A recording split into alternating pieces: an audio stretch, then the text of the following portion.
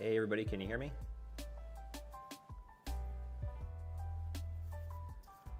Let's see, I was able to get the chat working, but I'm not sure if the font may be a bit too small. I'm gonna pull the chat here on the side so I can read what everybody's saying.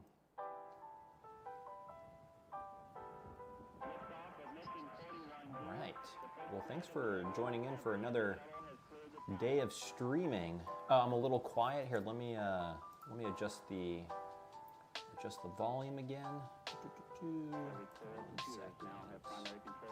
Microphone. Is that better? It's on maximum.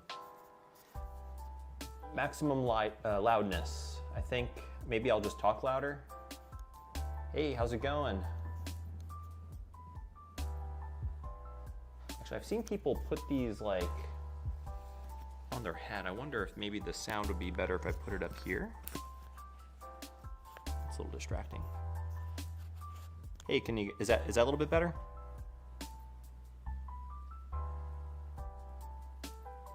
Test 1.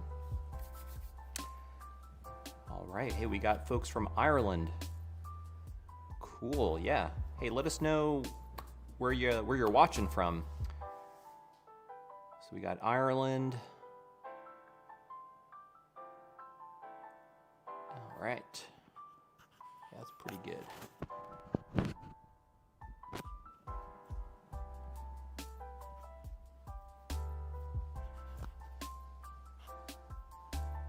Okay. All right. And let me know if the music is too loud. I can turn down. Got Canada, Colorado, the UK. Oh man, wow. It's probably really, what time is it in the UK? It must be pretty late. Indiana.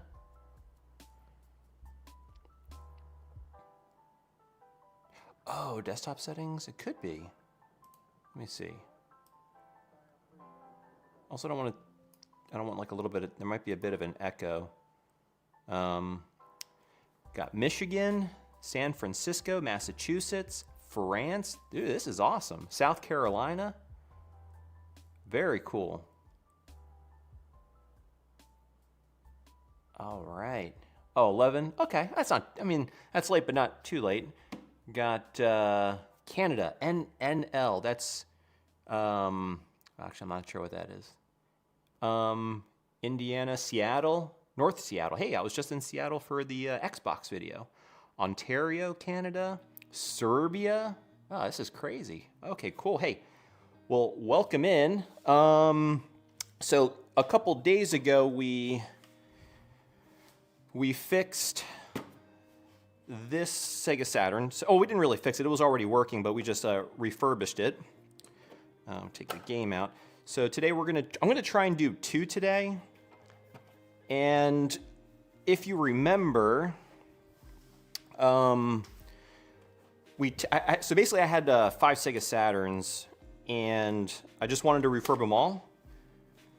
And when we tested them, 3 of them were working. You know, that one we fixed was working, and then 2 they turned on, but they were kind of not working. I think one, the CD drive, wasn't reading a disc, and then the other one, it like would flash the screen to change the date and time, and then it just didn't do anything. The screen turned black. So I'm thinking maybe let's try and fix one of those. So these are the 2 Saturns. I'm gonna plug them in real quick just to make sure, but I think these were both not working. So let's, and then I'll kind of show you how I remove Sharpie. This one has some Sharpie on it. But let's test this one first. So we'll go ahead and plug that in. But let's see here. Yeah, so these are all Japanese model Sega Saturns. I basically got a lot of them, a lot of 5 for pretty cheap. Actually, oh yeah, and this is actually not a very good disk door, so we'll address that as well. But yeah, so let me switch on over to the capture card. And if we power this on, it turns on. I hear, so, okay, so this is the one where I think it basically just flashed the screen. Let's try that again. So if you look really carefully, you'll see the date and time just like flash in an instant and then it'll go black. Oh, well, actually, it's not even doing that anymore. Yeah, so I'm not exactly sure. Oh, yeah, so. Okay, it's not even doing the thing, what it did before. Actually, let me make sure. No, yeah, I'm definitely in the right video input, so. Huh. Okay, so this one's really broken, so maybe we'll try and do this one first. I don't know if I'm gonna be able to fix it. Basically, yesterday, I just opened all of these to get what type of motherboard, power supply, and CD-ROM drive, because Sega basically mixed and matched power supplies, motherboards, and disk drives. So you basically have to order each of those separately. I get all my capacitors from Console 5, and I basically just kind of took note of what each of these had, and they were all different. I spent like $100 on capacitors last night. So they're probably gonna come in next week. Yeah, so we'll see what the issue is with this. We'll do this one, and then this one, I think just the CD-ROM drive didn't work, so let's turn this one on. And hopefully it's something we can fix. So let's see, if we turn this one on, it goes right to the, okay, yeah, set time. So this one's fine, but if we put in a disk, so I have my copy of Deep Fear here, it's a Japanese copy, and we put it in, we get a controller.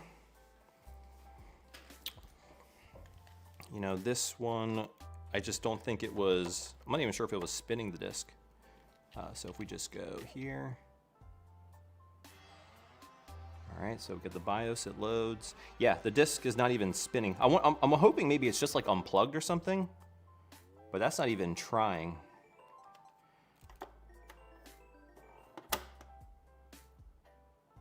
Oh, okay, it's actually attempting to spin. Yeah, it just like tries to spin. I don't know if you can see that. Let's see. If I open it and then close it, you'll see that it's, ooh, now it's not even trying to spin. Let's try that again.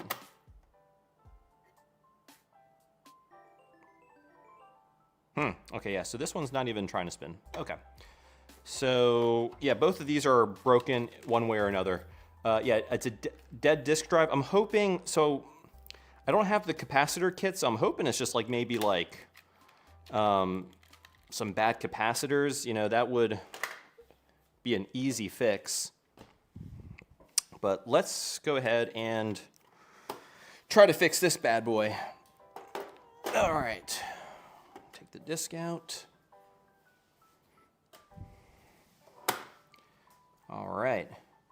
Yeah, I mean, a lot of these have been well loved, and they're very, very dirty and very, very beat up, but that's kind of one of my favorite things to do, or, you know, take these beat up consoles, just breathe new life into them. So, okay, let's change the angle here. So, all right, we'll go over table. All right, so, one thing I'm gonna try and do is, so usually my trick for getting Sharpie off is just isopropyl alcohol. People, I kind of spoke about this last time, but people try to use the, or not try to, but they use rather the magic eraser, the Mr. Clean magic eraser, which is quite abrasive. And yeah, see, it's just coming right off. It's just a little isopropyl alcohol.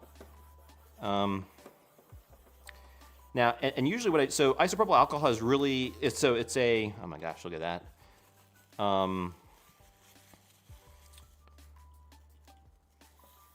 Ooh, I wonder, yeah, that's pretty good. So isopropyl alcohol is like a solvent. You know, so you don't really, I try to avoid like labels with isopropyl alcohol. I mean, these are like pretty resilient, but I just try to avoid them because I don't want to damage them. But yeah, the last thing you want to do, in my opinion, is using a magic eraser. Definitely don't use magic eraser. Just use a little isopropyl alcohol. And then, since it is drying, usually, I didn't do it for the other Saturn, but, and I think, you know, when we take it over to the sink, this will get most of the other dirt and debris off. But I usually apply this, like, plastic rejuvenating spray, and it really kind of gives the, it's like really, it's almost like whitening it. It gives the plastic, you know, a little bit more, I don't know, it kind of brings it back to life. It's like, gives it a nice matte finish, not like a glossy finish, but yeah, okay, that's actually looking pretty good. And then, I don't know if you can see this, but this is like some sort of, I don't know, it looks kind of like juice, like some kind of sticky. I'm going to change the angle here so I don't know if you can see that. It's kind of nasty, but we're going to take our very dirty Kim wipe with some isopropyl alcohol, because this is something that won't come off easily with a, actually it might, but the isopropyl alcohol, again, it's a solvent, and it kind of helps to break down dirt and stuff, so oh, help, my Saturn keeps restarting every 15 minutes. So the thing is, the Sega Saturn is getting up there in age, and it could be a bad power supply, which is what I'm thinking, so you may need to replace the capacitors. I don't know if you replace the capacitors on it or not, but it could be that. Yeah, so I recall 70%, a little safer to use than, oh yeah, so this, what I'm using is, I think is 90%. That's kind of what we can buy around here. At like the drugstore, but yeah. Let's see. Oh, hey, Justin. Justin Harris is in the house. All right. Happy to have you here. All right. I think I saw. Oh yeah, there he is. Ah, cool. Welcome, Justin. Let's see here. Did you catch the new state of play? No, not yet. Oh, I thought the state, oh, that was West Coast time. That's why it's happening right now. Yeah, I forgot about that. Yeah. Because I think it starts at, oh wait, is it West Coast time or, huh? Let's see here. Yeah, strange looking GameCube indeed. All right, so let's tear this thing down. And actually, when I was taking these, I usually don't like using electronic screwdrivers just because I feel like you can accidentally over torque things, but I have a really nice, oh, there's more. I didn't even see that. But we'll take care of that. You know what, let me take care of that right now. I'm gonna use this old dirty Kim wipe. Yeah, just let it, you kind of, maybe sometimes just gotta let it kind of soak in to break down the marker. But yeah, I usually use a steel, no, steel wool is bad. No, steel wool will mar the plastic and it'll ruin the finish. I would strongly advise to not use steel wool. Steel wool, don't use Scotch Brite, any of that, magic eraser, all that stuff is bad, bad, bad, bad, bad.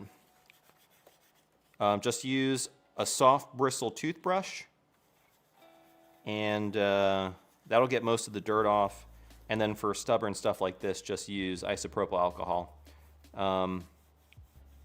Oh yeah, so yeah, the dry erase. Actually, yeah, we can try that, because the nice thing with the dry erase marker trip, the way that works, is the dry erase marker has a solvent in it, and basically that's what keeps the ink liquid. And then once you apply it, the solvent evaporates and just leaves behind the ink, the dry erase ink. And the reason why it works is because you're basically applying a solvent. I don't know how well that's going to work here, and I really don't want to try, because I don't want to make this dirtier than it needs to be. This is a good. I mean, look how dirty that's gotten. Let's get a new one. But yeah. All right, what's going on, guys? Welcome, welcome. Glad you all could join in. Watch me clean these dirty Sega Saturns. This marker is definitely a little bit more stubborn, but it's fading. It's definitely fading little by little. Yeah, I wonder how these consoles get into this sort of state. You know? I mean, definitely someone played games on it. Probably played a lot of games. June PC Tech, what's going on? Right. And we can tackle that later. I mean, it's definitely faded quite a bit, and I'm wondering actually maybe if like some of this is like almost embedded in the plastic. Yeah.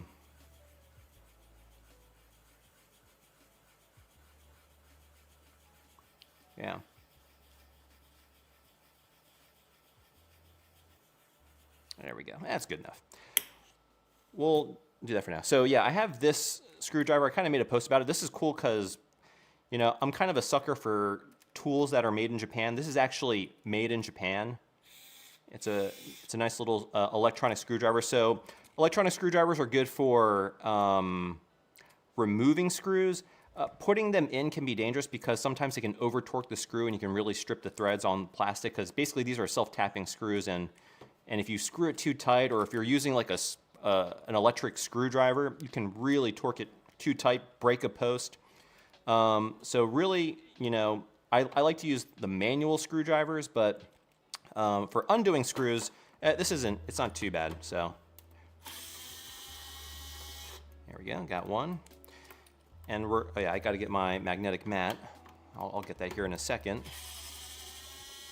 So how many people, you know, were here for the stream 2 days ago?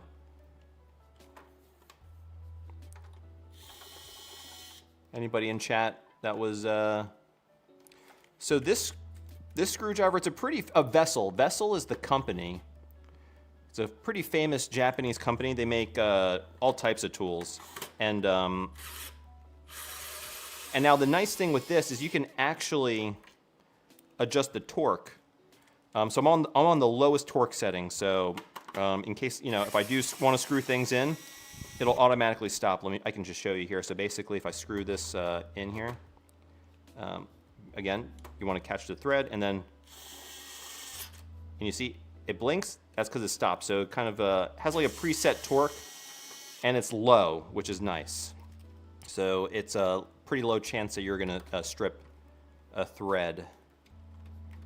Get this guy's being a little stubborn. There we go.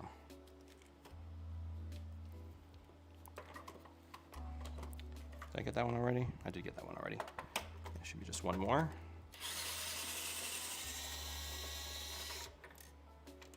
Okay.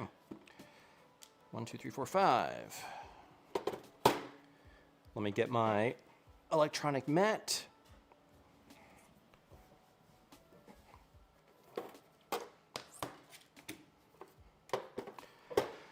So I like to set these into the grid, and these are the outer case.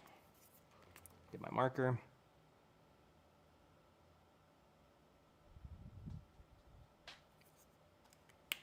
Okay.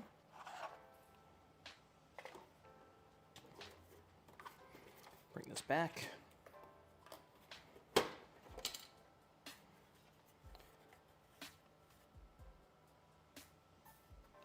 Unfortunately, everything is plugged in, so it could be just a bad CD drive, but we're going to tear the top down as well.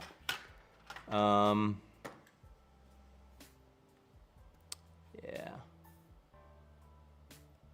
Oh yeah, the 3D controller for the Saturn. That was, I think, didn't the Dreamcast take a lot of inspiration from that? Okay, we're gonna take the power supply out. Okay. Any other screw in there? No, this is kind of a small power supply. It looks, oh yeah, I remember. There's 2 screws here on the back. Get rid of those.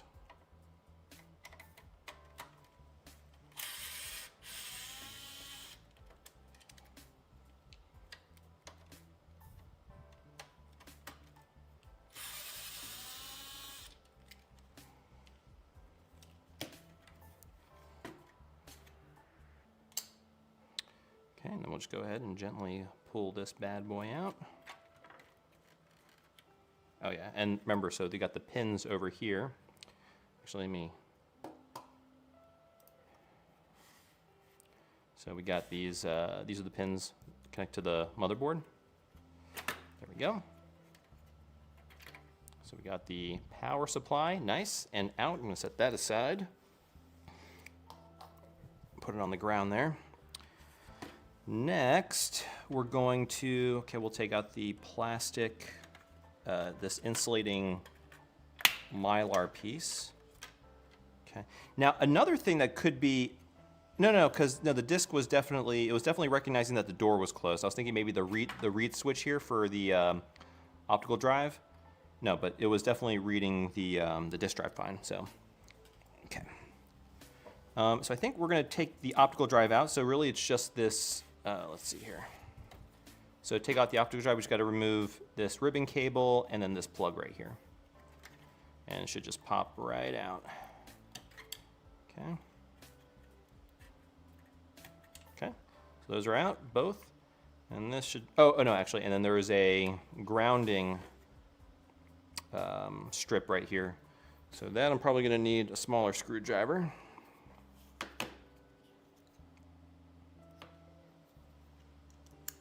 Okay.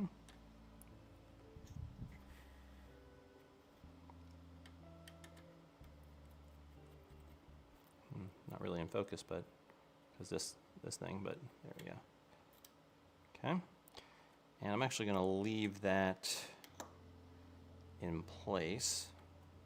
So now this should just pop right out. Okay, which it does. And what I'm going to do is I'm going to take this, let's see if we get an angle of that.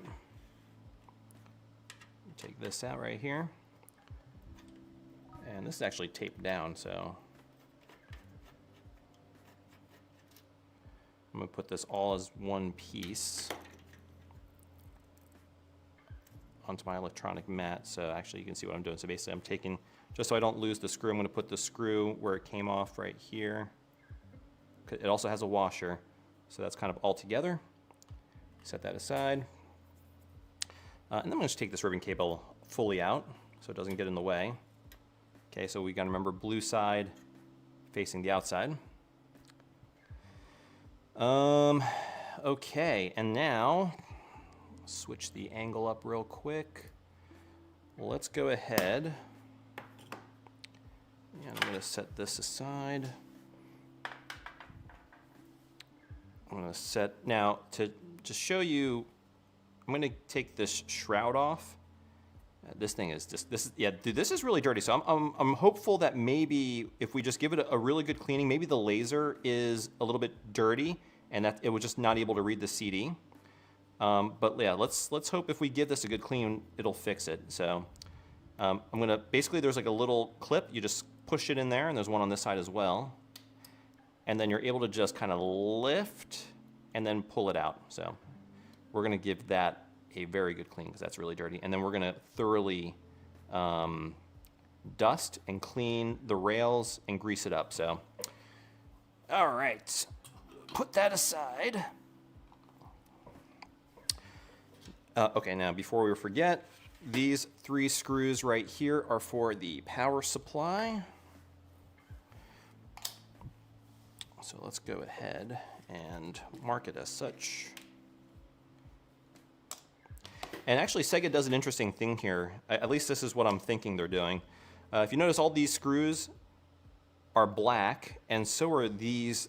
And for the power supply, there was 2 screws that were black, and then one that is like this, like brass color. And I think what Sega did here is any screw that's black is is an outside facing screw. So these were the, the ones to secure the two shell halves together, and these were the screws on the outside on the power supply. So that's just a way for maybe the people who were building these back in the day to know, oh yeah, black screws go on the outside, and then these kind of brass looking ones go on the inside. And what I was gonna do, okay, so this is the power supply, so PSU, okay.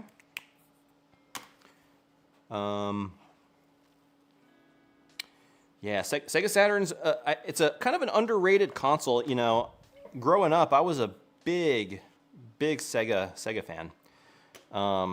First console was, and I don't remember the timeline, but my first console was either a Game Gear or a Genesis. I got them pretty close to each other. I think I got the Genesis first, and then maybe the following year I got the Genesis. I don't remember. I got them very close, and then after that, my next console was the Dreamcast. Skip the Saturn, but yeah. All right, let's put these tools over here, keep the desk somewhat organized, and let's go over here to the side view. So now I'm gonna take out this, I'm hoping it's the same way as the other one, but basically we're gonna push this out, and you wanna apply even pressure up. You don't wanna kinda come in from one side, or there you're gonna break the stem that's holding this. So you just wanna be as even as possible. There we go. Yeah, that's like a very strong clip, and you need to remove it in order to access the two screws to take the power switch off. So yeah, we're gonna give that a clean as well. And we're gonna remove two screws for the power button.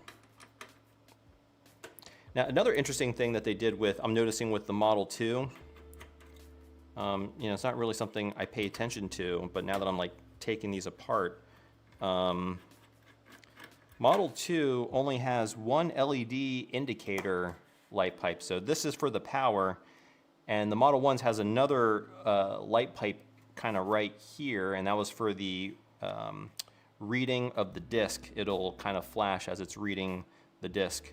But anyway, so we can actually now take, oh, that's interesting. How do we take this out?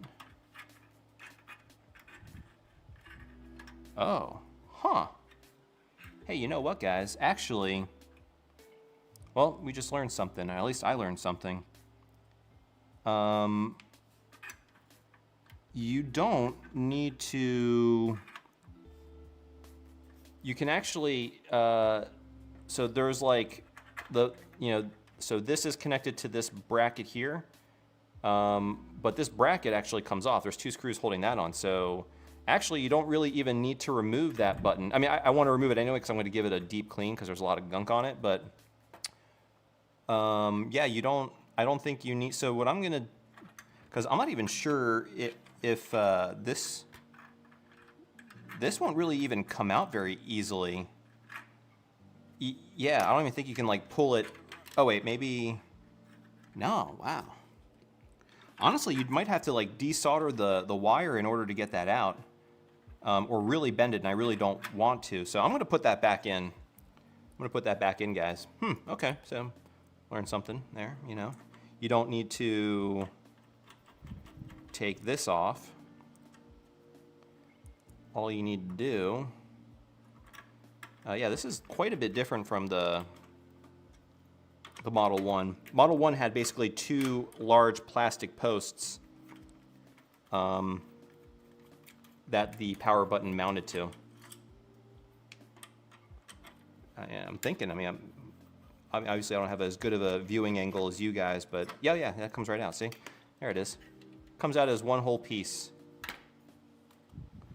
So we got, this is the power button, this is what connects to the power supply, turns the console on, so. Cool, all right, we'll set that aside. And these are for, we'll just call this the power button. Where's my, oh, it's over here. I need to get a bigger desk. I run out of space so quickly. All right, so this is for, these two are for the power button. Yeah, so I was trying to twist it, but it looked like there wasn't enough room to twist it because like this, it's like a square base on the button, and it's in like a slotted area, and I don't think there was enough area to do it. But you might be right. I didn't want to like force it. It just seemed easier to just take the whole bracket out. And this is for the power switch.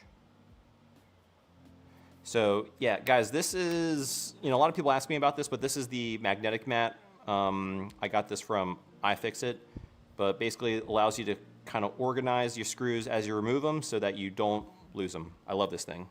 Use it all the time. All right, so now we're gonna take these screws out, and I'll basically put this right here.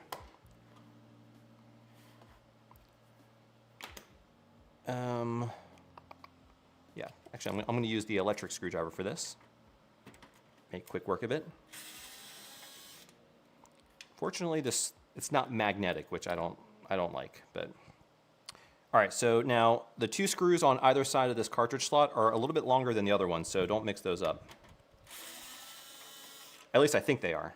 They might not be, but they were on the Model 1, and because this is sort of like a pressure point where you're inserting or removing a cartridge, it needs to be a little bit stronger. All right. So, okay, the cartridge slot 1, and then these are all normal screws. And yeah, you can see that indeed they're just slightly, the cartridge slot ones are just slightly longer. Not much longer, but a little bit.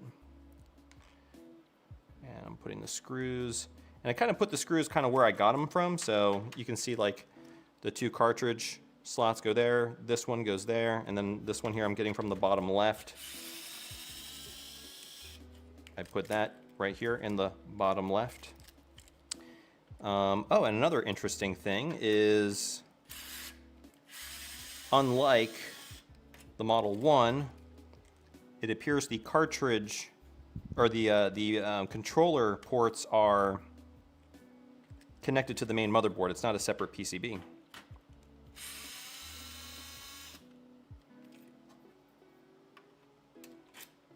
Yep. Actually, this is also... Oh, wow, that's interesting. Okay, so these are... Oh, and that makes sense because these, the controller ports, you're inserting and removing the controllers. That's a high tension area, so it needs a little bit more meat to grab onto, so those screws are a little bit longer. So yeah, that's why I like to put these in the order I'm removing them. So that way I have a visual of how I removed them and where they go.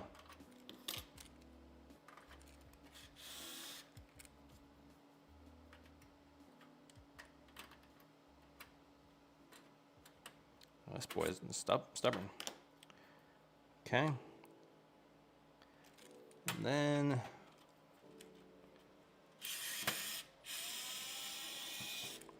the one thing I do wish is this was magnetic. It would make things a little bit easier. And I think we got one more screw right there. Yeah.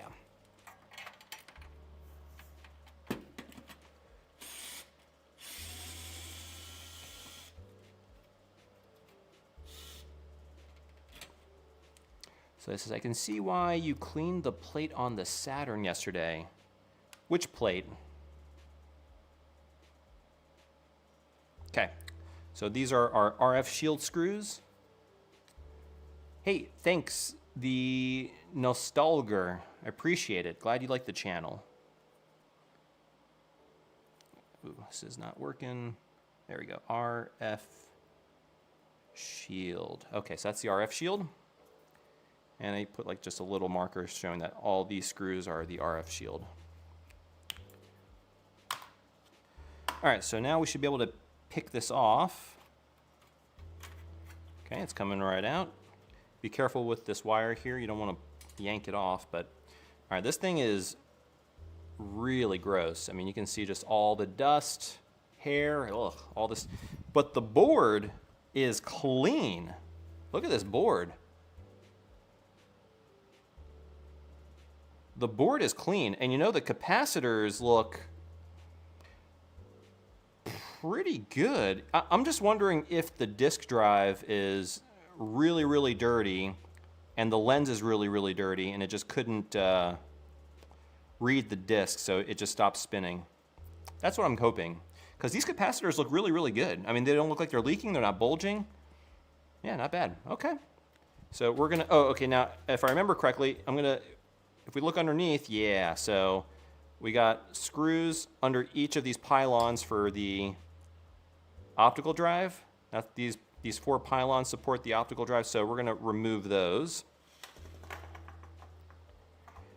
And I'm just gonna do that real quick. Okay, yeah, no, I gotta use the smaller screwdriver. Yeah, I mean, I've seen people paint the RF shielding. If it's really corroded, that could be a cool thing to do. You know, I mean, I guess the only small issue is if you're adding paint, unless maybe has like, I don't know, metallic flakes in it or something. I don't know, but the RF shielding also acts as like a heat sink, although maybe not so much in this console. This isn't really, it's not contacting any of the chips, so yeah. No, yeah, you could definitely paint it. It'll definitely make it look nicer. I mean, this one doesn't appear to be too corroded. So, I mean, we'll have a better look at it once we start cleaning it and getting all the dust off. Maybe there's a little bit of corrosion, but... All right, so this is... we'll call this CD drive supports. All right.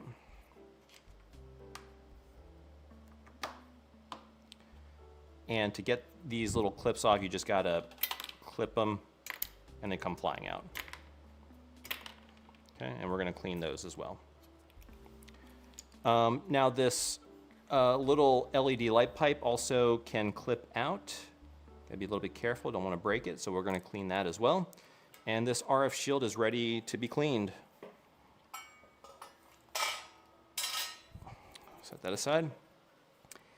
And no more screws or support. This plastic piece, it does come out. So this little plastic piece for where the expansion bay is, that comes out. And then finally, the motherboard comes out. There it is. Yeah, this looks clean. This looks really nice. I have no complaints here. And also the board on the other one was really, I have a feeling because this is so like covered with the RF shielding. I mean, there are spots where dust, we're gonna get that with my ESD safe brush. But I just feel like, since there's an RF shield that basically covers the whole thing, it protects it from dust and debris. So yeah, this is clean. And the bottom RF shield, ooh, okay, so maybe there's a little bit of corrosion on this here, kind of towards the back. It could be just cake dust. Yeah, I mean, that's actually pretty clean also. Yeah, overall, I think, it just needs a little TLC. And this is the bottom shell, which, yeah, I mean, it's got a little bit of dust, but we'll clean that up real nice. Okay. Now, the part that gets complicated, and this is where you want to start taking photos. Again, we're gonna disassemble and lube some of these pivoting points.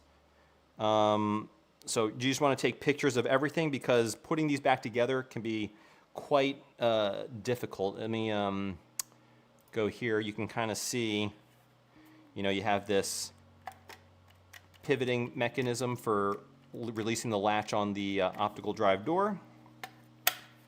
And then these components here, this is like a dampening gear so that it comes up nice and slow. And yeah, so we'll go ahead and we'll take these apart. So I'm going to take some pictures of how everything is oriented. I'm going to take this front part first. I'm going to just go ahead and take a photo here.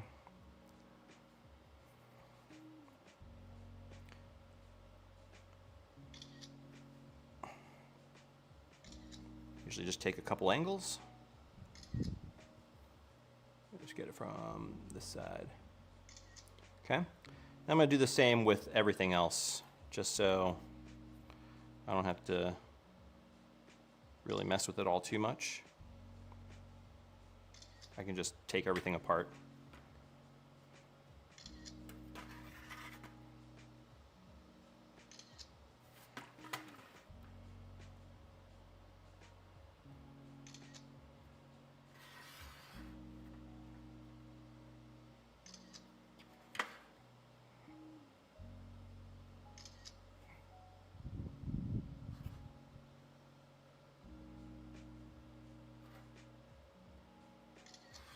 Okay.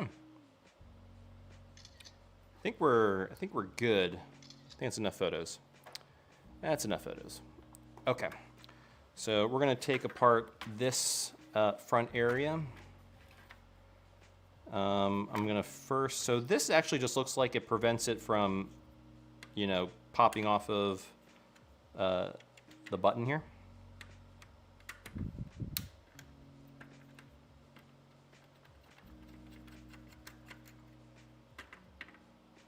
So I'm going to call that the door latch. Ooh, okay. Now, before we undo that, I'm going to release the tension on this spring right here. Let me see here. Which one do I want to do? I'll probably do, get my tweezer here.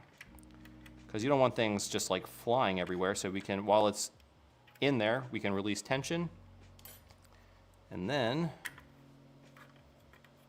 a little more safely, take it out. And actually, to be honest, I'm going to take a picture of that, just so I know how the spring goes on.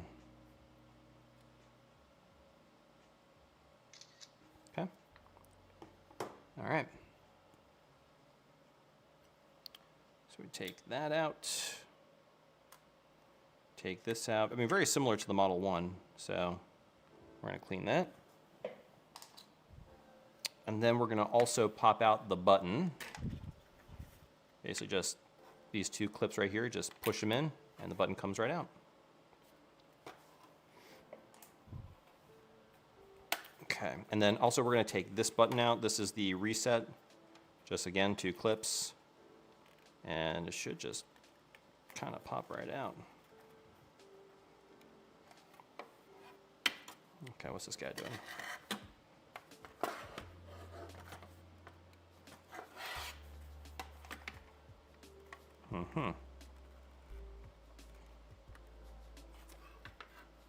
Just push it in a little bit more. A little more challenging. There we go. There we go. And it comes right out. That's kind of an interesting, very interesting button. All right, and now let's take, let's label this first. So this is the door latch, CD door latch, okay? And we'll take this hinge off.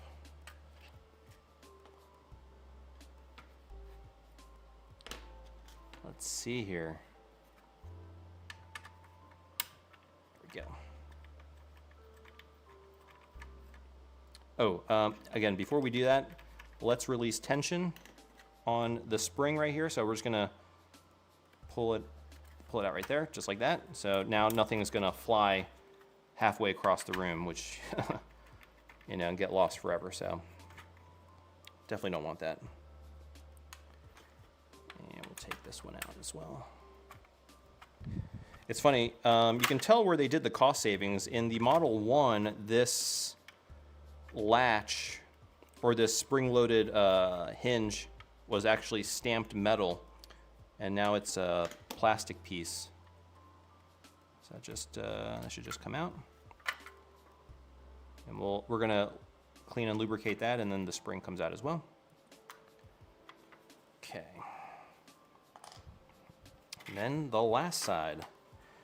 There is a spring on this side, and it's for the door, the cartridge door. But there's really, oh yeah, there actually, yeah, we can actually just push it off to the side, just kind of go. Actually, maybe the other side. Yeah, there we go. And so it's no more tension. But now we can just go ahead and remove the 2 screws. Actually, what am I going to call it? I'm going to call this side the hinge. And then we'll call the other side dampened hinge, because this has the dampening gear on it. All right. And then we'll take out the other screw. And these are the same. So no mixing these up. And actually, another interesting thing is that dampening gear. Okay, let me just label that screw first. I'm going to call it dampened hinge. Okay. If I remember correctly, this was 2 pieces. The little dampening gear, does it come out? It doesn't come out. So this is 1 piece. And this is the dampening. Yeah, you can feel like it has like tension on it. I don't know if they use a grease to do that. I'm not sure how they do it. But yeah, so we'll clean that. And then actually, let me switch angles here for you. Then the door should just slide right out. Okay, so the door, we're gonna clean the heck out of that. And then the last thing is this little cartridge piece, which comes out, and then we pull it out of the hinge. And then we're gonna keep this spring. Let me, I'll remember how that goes. So this is the spring right here. I'm gonna take that out. And yeah, we'll clean that up. All right, so we got all of our pieces. This thing is fully torn down. So I'm gonna collect everything. I'm gonna bring it over to the sink.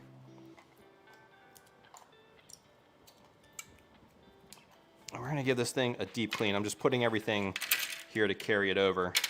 Now, the one thing I was gonna say, oh, here. So this button looks like it's actually 2 pieces. Yeah, 2 pieces, so, because yeah, you wanna do that so when you're cleaning it, water will collect in there, so we wanna separate it so we can dry it out quickly. All right. So we got that.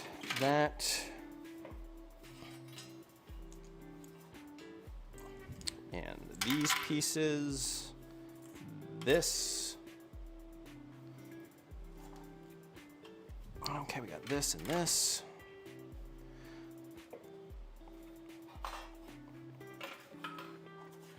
And then we got the bottom part with the RF shields, and I think that's everything I can clean in the sink. So I'm gonna meet y'all over there. There's the sink. Okay. All right, make sure y'all can hear me. And actually, make sure y'all can see me too. Hold on a second. Okay. So, we're gonna get some lukewarm water, and I'm going to fill this with lukewarm water. We'll just give that a second. And I'm actually gonna wash my hands because my hands are kind of dirty.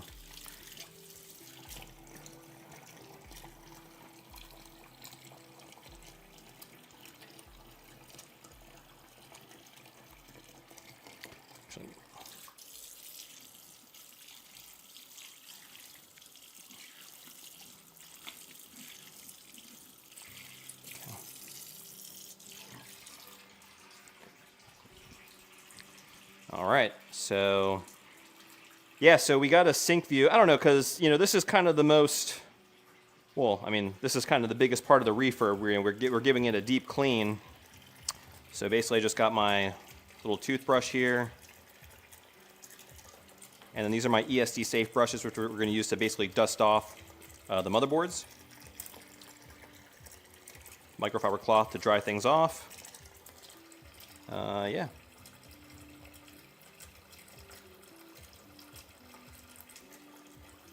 And we're gonna start with like the metal stuff. So we'll start with the RF shield in there.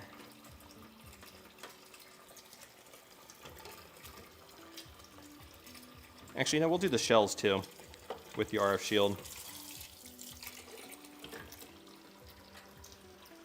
And then we'll do all the small bits at once. All right.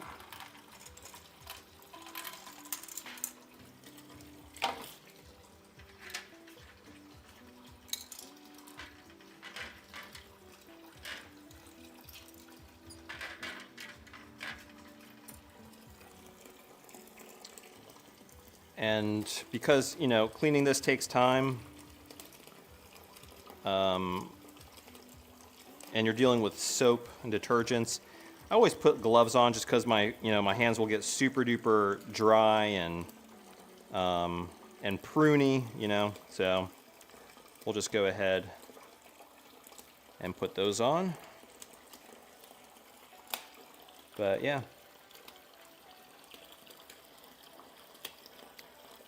That's right.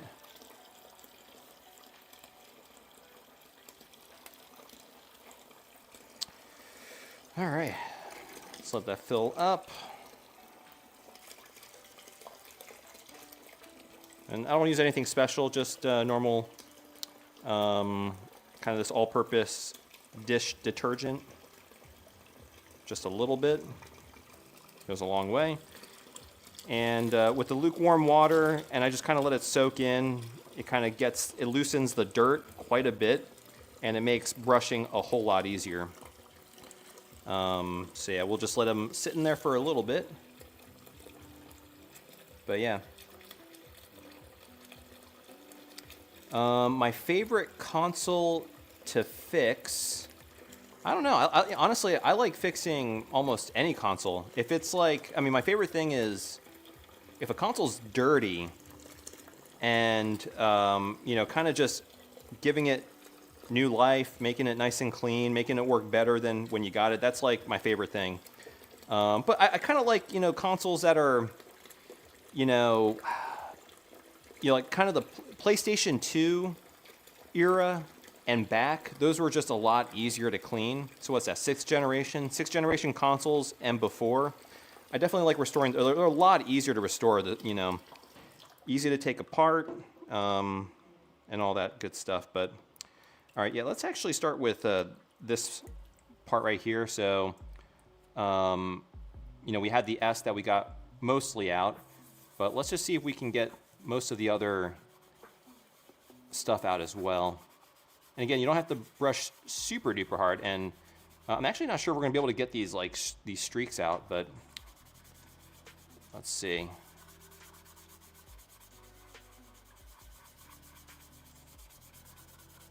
Definitely, like, I don't know if, you know, people who are just joining, you know, when I was cleaning this marker, I was just telling people, do not use those magic eraser markers. Those are just killer for the finish of the plastic. It'll dull it. Yeah, this is kind of coming off. Again, just take your time, circular motion. And basically what you're doing is you're trying to get, because a lot of this dirt is just like embedded in like scratches, and the bristles will eventually work their way in and get rid of that dirt. Just take your time. And you may not be able to get all of it, but at least you'll know the console is as clean as it can be.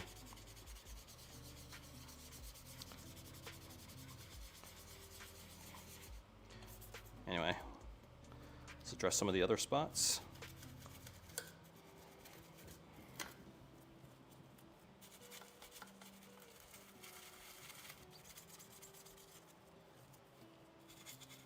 This thing was really dirty.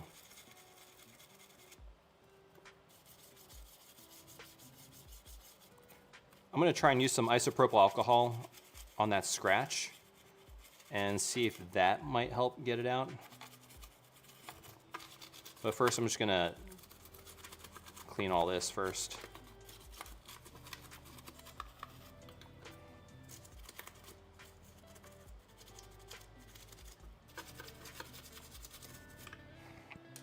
let's rinse it out. Another thing I try not to do is when I rinse, I try to rinse it not in the clean basin, or it's not even clean, but because I don't like getting soap in the water, because that way you can't see some of the small components maybe that are underneath the surface. But yeah, you know, it's not perfect. You know, some of these deep scratches you're just not going to be able to get out easily. I might give it one more go. Actually, and I'm going to try the isopropyl alcohol here in a second. I mean, for the most part, we got most of it, but let's just give it another go here.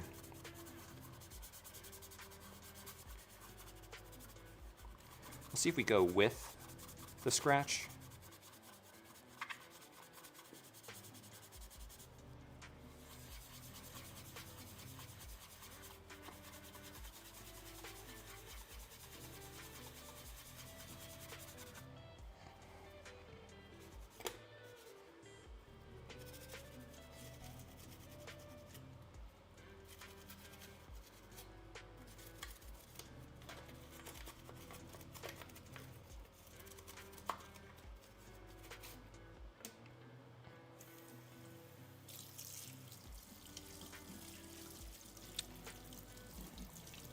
All right, yeah, I mean, I think we got the scratch for the most part. I'm gonna see if maybe getting some isopropyl alcohol will get the last little bit out. Hold on one second. Let me go get the isopropyl alcohol.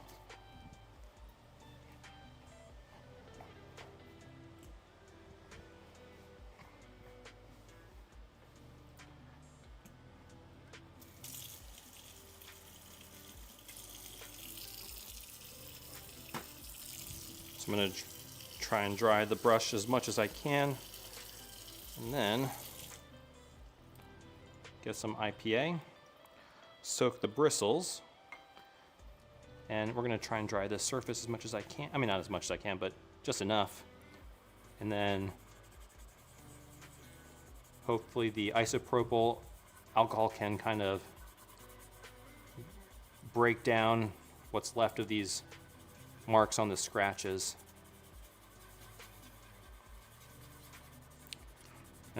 Yeah, I mean, I think we got it as good as we're gonna get it. I mean, we could probably spend a little bit more time, get it a little bit better, but any more time you spend on this is just gonna be marginal improvement. So to get rid of the isopropyl alcohol, I'm just gonna rinse it a little bit.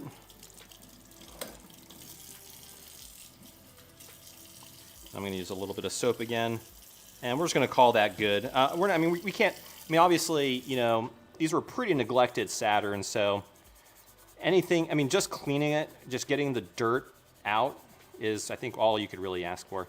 And we got most of it out. This is gonna still look 100 times better than it did before. So, all right, let's rinse this out and then let's move on.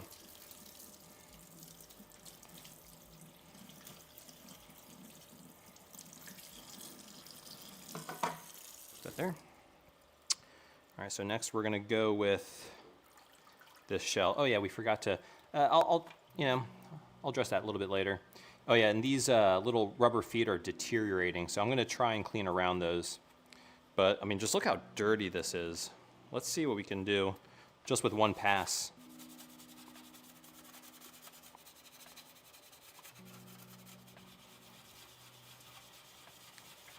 And part of the discoloration is just yellowing from what I assume is UV, and maybe just a lot of humidity from whoever owned this in Japan.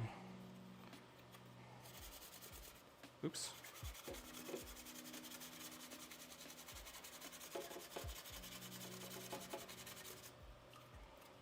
Actually, let me just clean that side and then rinse.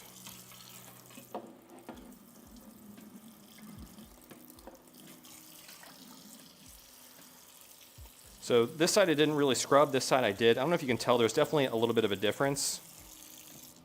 So yeah, let's just, let's grind away.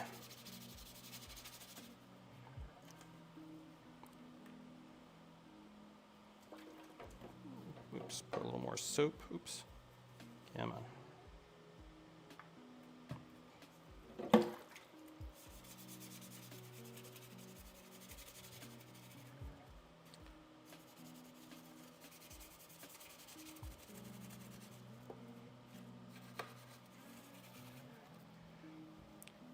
I've actually never painted a shell before. Let me see. Have I ever painted? No, I've never painted a shell. I'm kind of a guy who likes to keep it stock. If the shell is in good condition, I like to keep it stock if possible. But you know, this day and age, we actually have really good high quality replacements now, which really wasn't an option just a few years ago. But like folks like Retro Game Restore, Muramasa, Phenom Mods, just a lot of people are making like really high quality replacements. Sort of changed the game a little bit. This thing is so dirty, it's crazy. Yikes.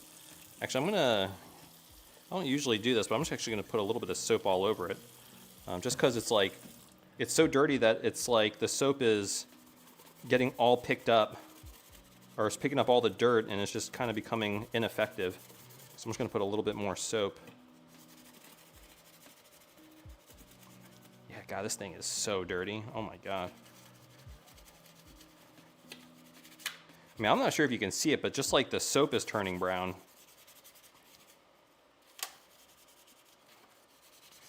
Yeah, this must have been kept in like, I don't know, a basement or an attic or something, and it was just like picking up dirt and dust and, yeah, and the humidity just kind of like baked it into the plastic almost. It's crazy.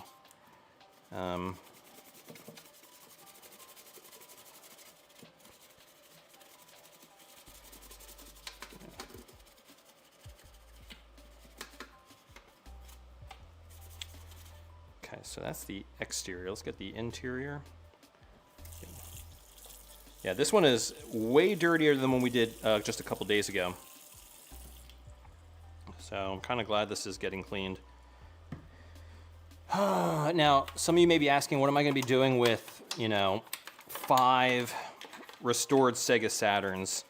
Well, I have a couple mods I'm going to be doing to the Sega Saturn, but I don't think I need 5, so I may actually sell a few of these restored ones.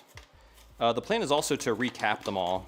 Even though, honestly, like, the capacitors I've been looking at are like, I mean, so far, like on all the power supplies, all the motherboards, they've been looking pretty good, but they're getting old, so just kind of as a preventative measure, I think I'm going to replace them all. Is that something you guys would like to see on stream, how I kind of replace the capacitors?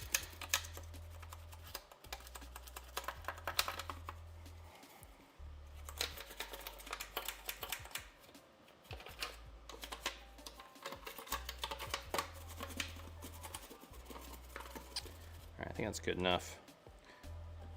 I'm going to actually set this aside because I don't want this getting dirty, but set that aside. Oh my gosh, this thing. I almost kind of want to do a second pass, but I think we got most of it.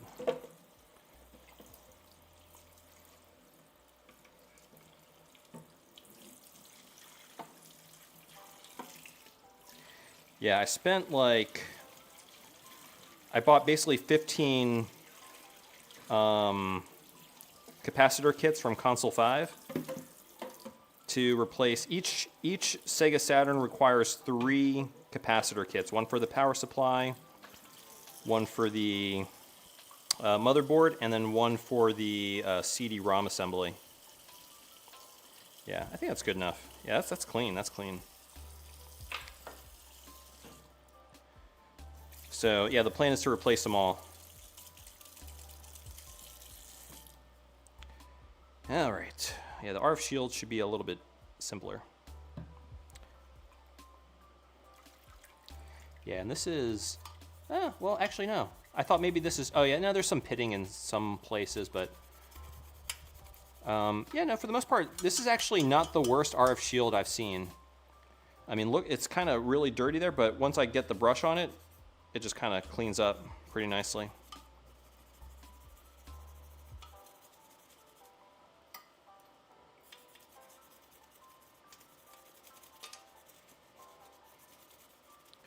It's pretty good.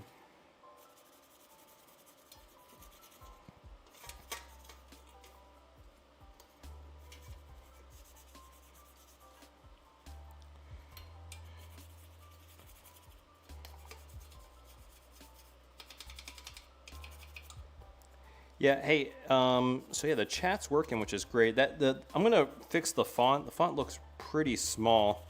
Is the font on the chat on screen too small? What do y'all think about that?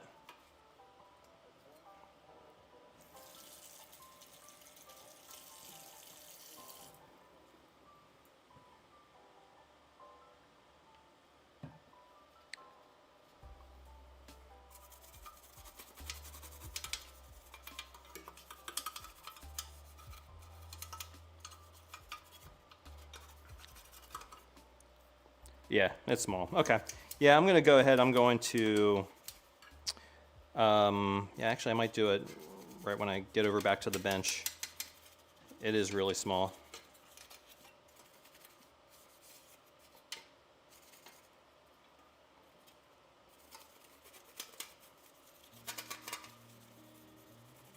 Okay, I think that's pretty good.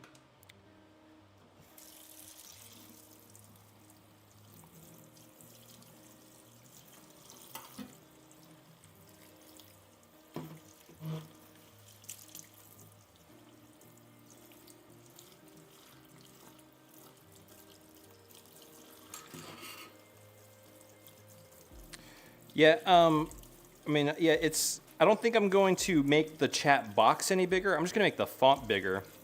Do you guys think that is the chat box obscuring the view?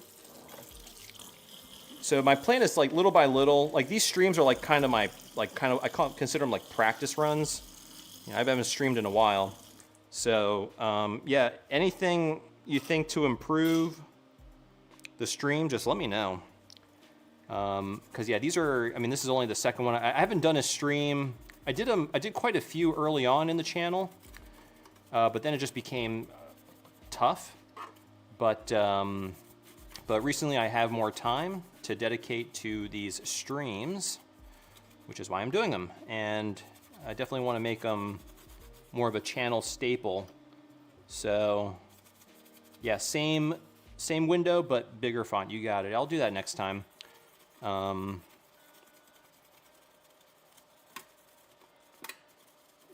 Yeah, and if you have, I mean, any other console, the plan with the streams is not so much modding, because, you know, modding is more of the video content that I do. This is more of like, you know, prepping consoles to be modded. That I don't mind doing, because this is stuff that I was doing anyway. So, any consoles you want to see refurb, just let me know.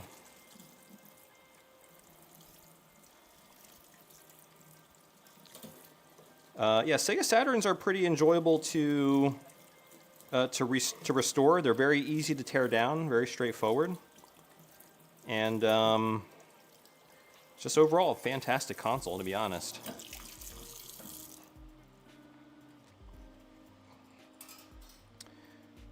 Ooh, I forgot to put the top shell in there. All right, so let's get the top shell in. This thing is dirty. So yeah, I mean, here, take a look at that. This thing should clean up pretty nice to do a before and after. Here you'll see just dirt everywhere. Yeah, so definitely, like, this was sitting somewhere, top was totally exposed, and just dust, everything caked onto it. So let that soak in there to loosen up the dirt just a little bit. Put it upside down so there's no bubbles.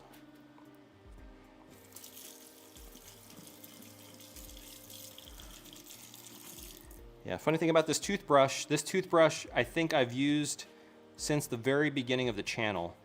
Almost 6 years now, so kind of crazy. 7 years maybe even, getting close to oh, that's crazy how fast time flies. But, all right, let's do the outside first. Just gonna kind of spread around the soap. And then, yeah, just work our way in sections, getting inside the button openings.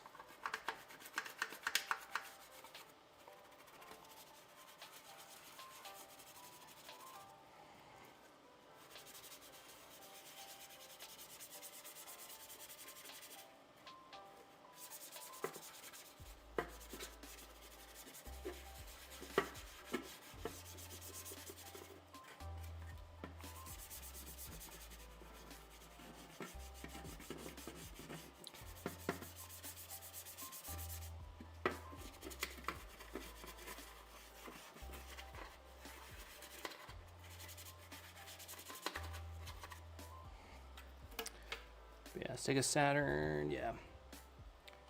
Yeah, N64 is good, but I don't know. I don't have too much nostalgia for the N64. My cousin had one, and that's kind of my main memory we had. And, you know, he was playing Ocarina of Time, or Ocarina of Time, however you want to say it. That's sort of the main game, that and Mario 64. But definitely enjoy the Saturn a little bit more.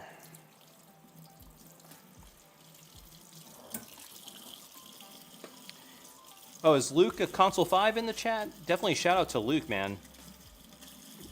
One of the greatest retro gaming services. All of his capacitor kits. Actually just bought a bunch. But just bought a bunch for the Sega Saturn.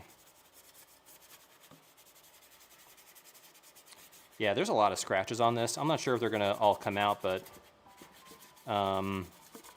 really, I'm just not too worried about the aesthetics, more so about the just getting it clean.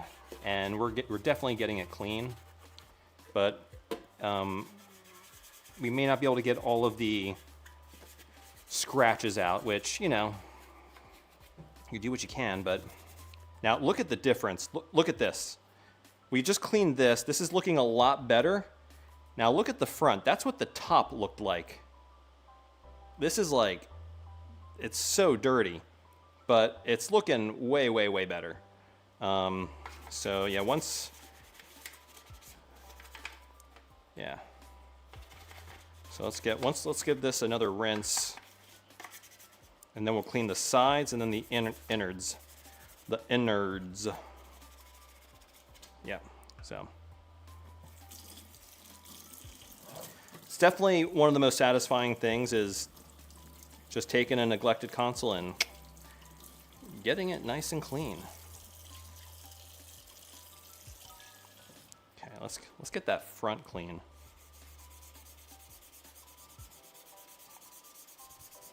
Oh, actually, that's pretty stubborn. That is really stubborn. It's definitely not coming out easily.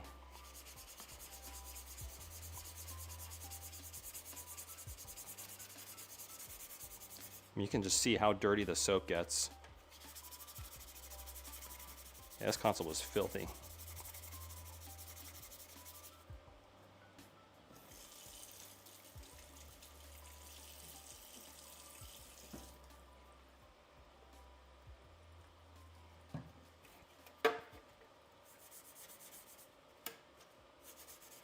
Back is filthy as well. Sides aren't too bad. But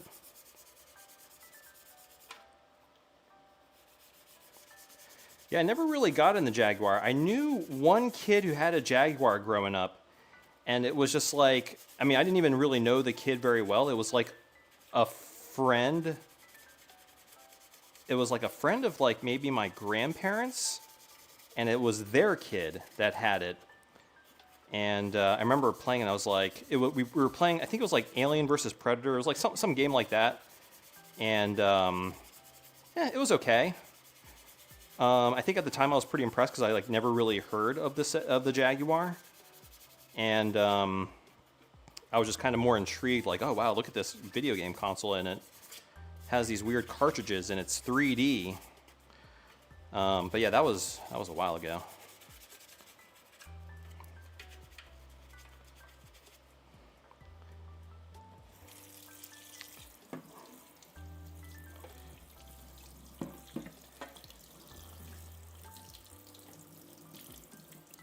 Alright, so the shell is definitely like way better, but obviously it's not perfect. But let's get the inside, and then we'll just watch the small bits. The small bits is going to be quick. These outer shells, they're just so dirty. It just really took a lot of time. Actually, what I might do, just to try and get as much of like the scratch, and some of this dirt is pretty embedded. I'm going to try something real quick before we stop with the shell. Yeah, I mean, obviously the inside is much cleaner, so that's at least nice.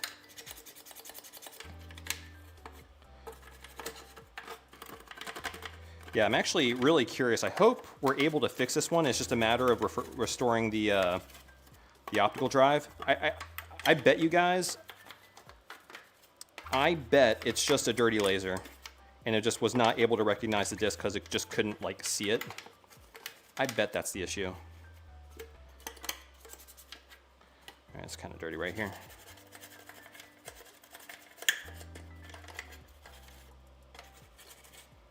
All right, so I think that's pretty good.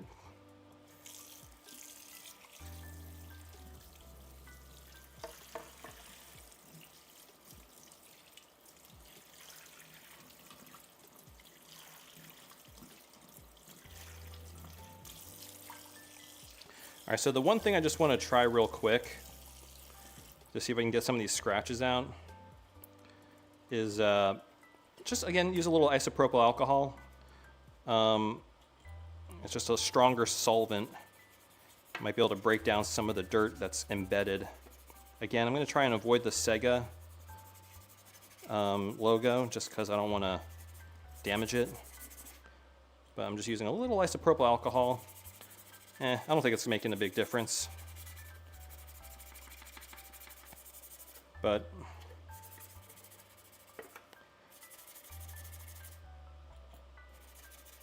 oh, actually it makes quite a little bit of difference in the back. In some of the areas on the back, actually. Okay. All right, well, I think it's as good as it's going to get. I mean, this is definitely one of the dirtiest parts of the console, so actually we can rinse it off here because it's already, all the soap is out.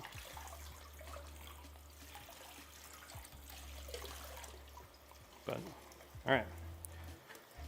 All right, so now all of the small bits. So cartridge reader, cartridge cover, all those bits.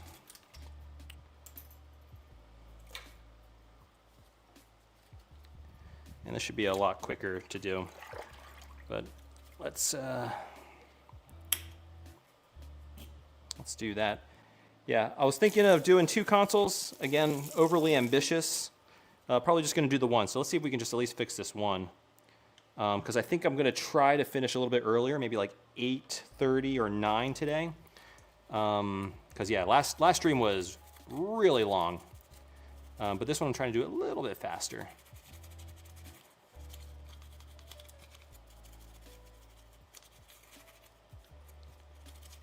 All right, so that's clean.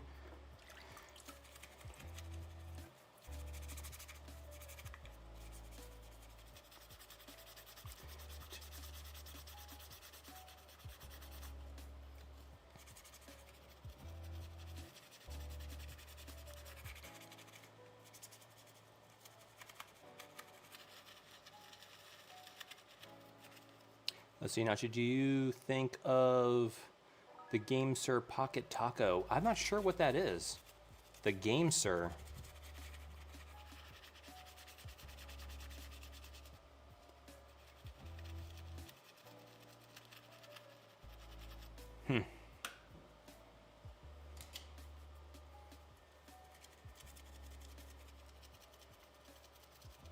There are a ton of Saturn revisions, 100%. I love, okay, yeah, the PC Engine, you know, I don't have a lot of nostalgia for it, but it's honestly just one of my favorite consoles, just purely because of how many really cool revisions NEC made for it. It's just such an interesting console, really underrated. Obviously got overshadowed by Sega and Nintendo, but just the hardware I think is the coolest, and the games are good too. It's got some fun titles, nice platformers. Yeah, definitely underrated.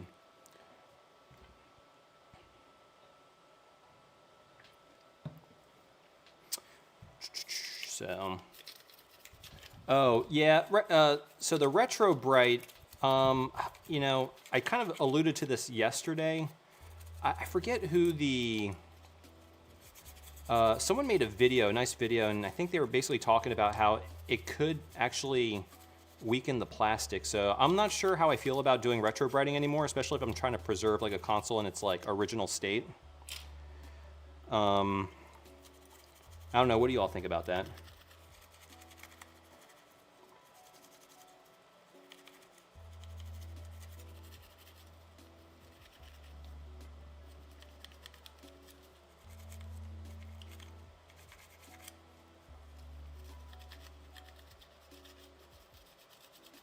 Yeah, the Analog Duo. Yeah, strangely enough, I actually don't use my Analog Duo all too much. I like it. I don't know. There's something about it. It just feels kind of cheap for some reason. It doesn't feel as nice as like the Analog 3D or even the Analog Pocket. I don't know. I don't know why. I don't know why I feel that way about it.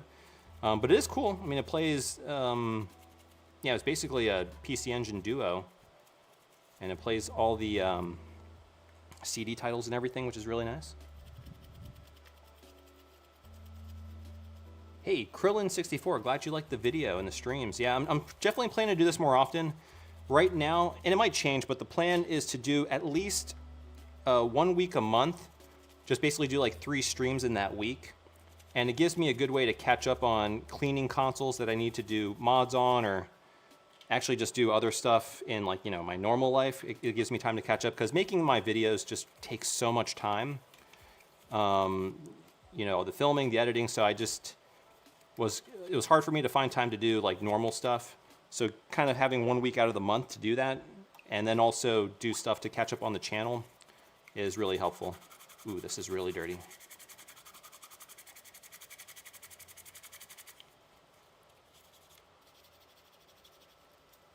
Yeah, I agree. Leaving them discolored gives them personality, right? I mean, these things have aged. They have their own sort of life. Some were lucky and were very well cared for. Some were not as lucky and maybe a little neglected, but we're trying to fix those. Yeah, I feel the same way. You know, this console has a little bit of character. Obviously, I'm giving it a deep clean just because, you know, I have a thing about putting my games into consoles that are just neglected. So I really like kind of giving them a clean slate to start. But yeah.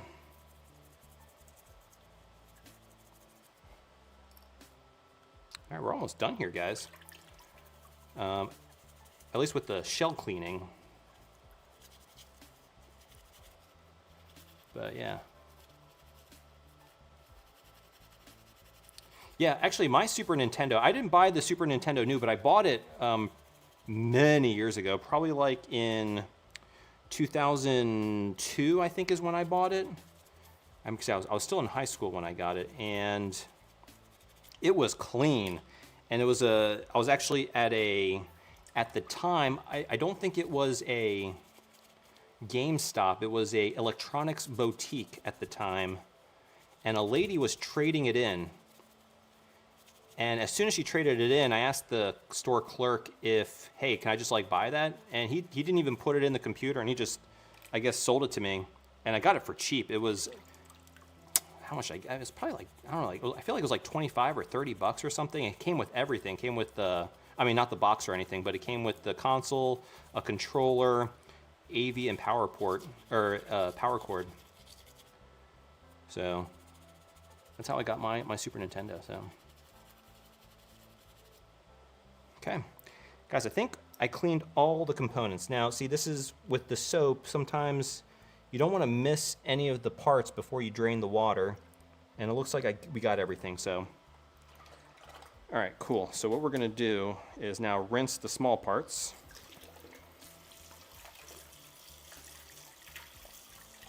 We're gonna dry everything. But yeah. Hey, Scott Linux, glad you enjoyed the channel. I mean, I'm glad I hope you all enjoy the channel, and definitely appreciate y'all, all the support and everything. Yeah.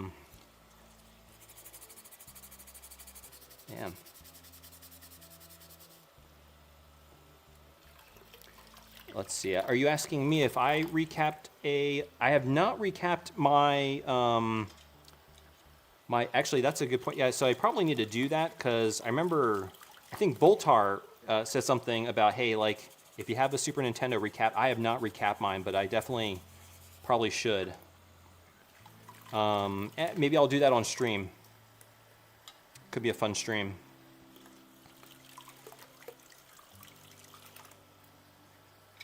Actually, let's drain this.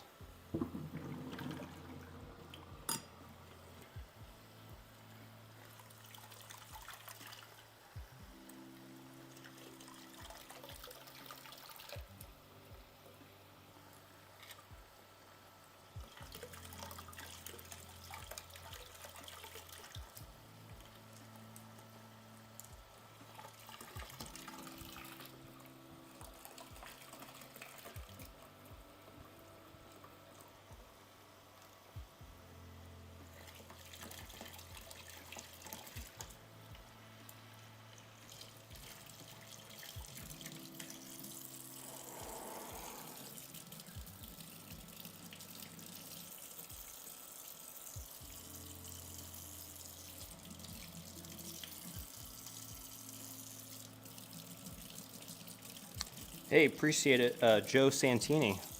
I will try my best.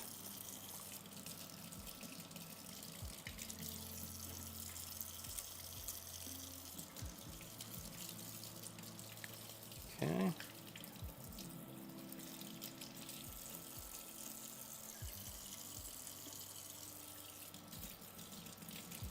Let's see.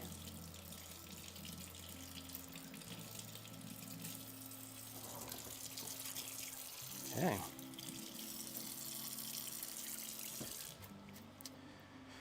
All right, so the next thing I'm going to do here is just, at least to the best of my ability, is dry it with a microfiber cloth. You know, I mean, you don't have to get it perfect because we're going to use compressed air to do the rest. But this makes the compressed air job a little bit easier. And then also, if you remember in my last stream, I explained that you want to get as much of the moisture, really all the moisture, out of the screw posts. Because you don't want to trap that moisture in there. And I'll show you how I do that again for those maybe who missed it. But I will say and it's mostly because of the door, but the Sega Saturn has quite a few little parts. Also, another nice thing about kind of doing a little bit drying with the microfiber cloth is you get any maybe leftover dirt that maybe you missed. You can kind of scrub it or, kind of rub it off with the microfiber cloth.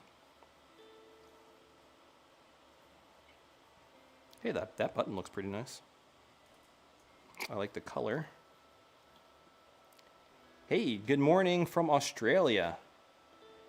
It's so cool. We got folks from all over the world here. Pretty awesome. Welcome, welcome. Yeah, doing a little restoration. Got a bunch of Sega Saturns that I'm very slowly working through. The plan was to restore 5 of them this week. I'm probably just going to be able to do 3. Because I will be streaming tomorrow again, guys, but I'll probably be a little bit earlier tomorrow. I'm thinking like, maybe like around lunchtime or something. So maybe get folks from other time zones, maybe. But yeah, and actually it might maybe a little bit longer because I really did want to get all 5 of these done, but I mean, I'm not even sure if I'm going to get the other ones.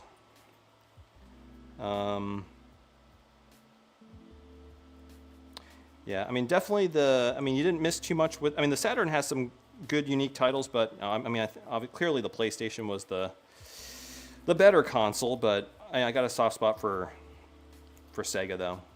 Yeah.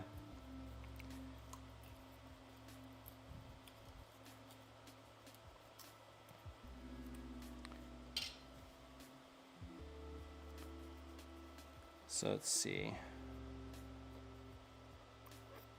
So the one revision of so I have a regular, what do you call it? My Model 1, I have a Model 1 Saturn, which was kind of my first one that I got, you know, many, many years ago. And then I also have a high Saturn. I did a video on the high Saturn. So that's probably the most unique revision that I have. But, oh, hey, Scott Linux, thanks for the super chat. Tito, do you sell these consoles that you're... So not typically, but I'm thinking I'm going to start maybe doing that with these streams. What I might do is repair consoles on stream, and if I do many, like I'm doing 5 Saturns, I'm probably going to sell at least 3 of these, just because I don't need 5. I think I got 5 just because it was such a good deal on Sendico. I just had to do it. And yeah, I'm probably going to sell, you know, especially if I have many duplicates. But yeah, that's definitely like, stay tuned. I have an eBay store, which I tend to sell some of my modded consoles on. I kind of run those sales like maybe once a year. Usually around the holidays, just because I have like so, you know, I mean, basically I mod a console a week, so I have so many consoles. I try to just kind of thin out the collection a little bit. And but you know, with the streams and the additional time, since I'm basically taking 1 week off every month, yeah, it's definitely a possibility.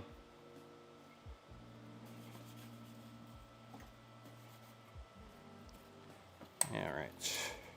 Yeah, and when you're drying off, definitely be a little bit careful. Some of these screw posts are delicate, and you don't want to catch them. So you can probably hear me catching. You don't want to catch and break one of those posts.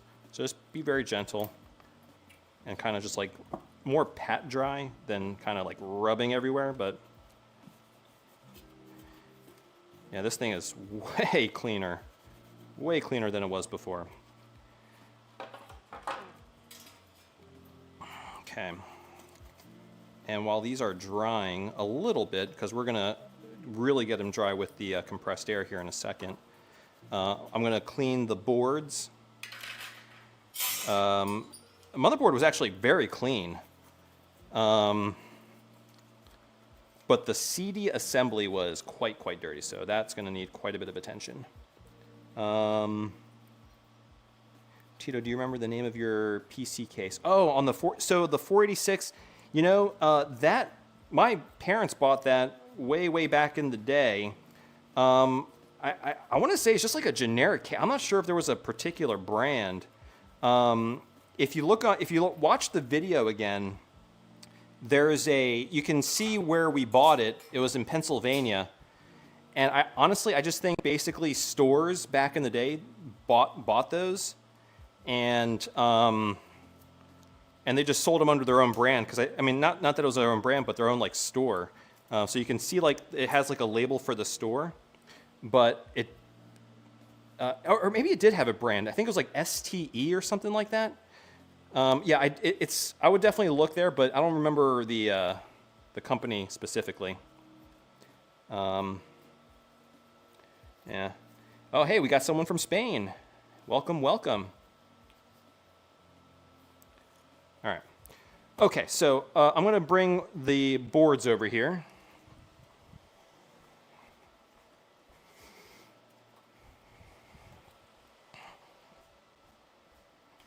All right, so when I dust these boards, I typically like to do it over the sink. And what I do is I get the sink a little bit kind of, I get it like wet. So that way when I dust down the water, or the dust sticks to the water and doesn't kind of go everywhere. Obviously, I'd like to do it outside, but it's freezing. That would be the ideal thing to do. But we're just getting rid of like the dust. There was a little bit of dust around the cartridge connector, but overall this was like pretty clean. So I'm just getting rid of the surface dust on it. Overall, super clean.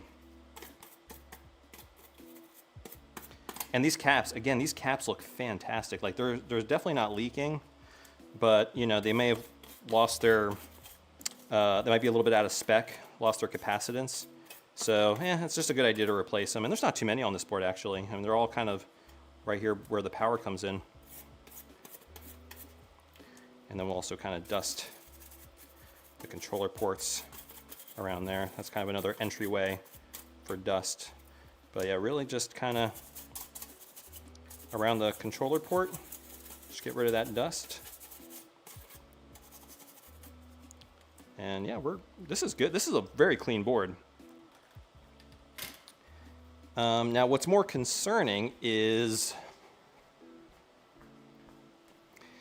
the CD assembly. We'll also do the power supply, but this thing is really dirty.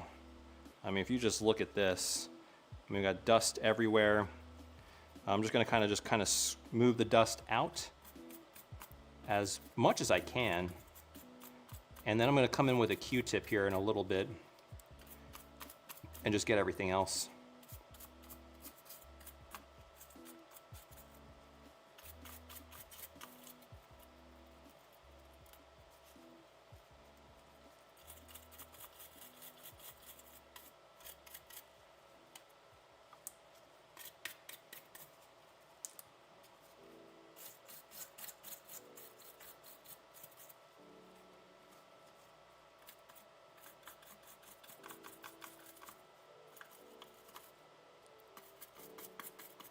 Then we can actually move the laser assembly back a little bit. Oh yeah. There's even more dust here. Ooh, don't want to get it wet.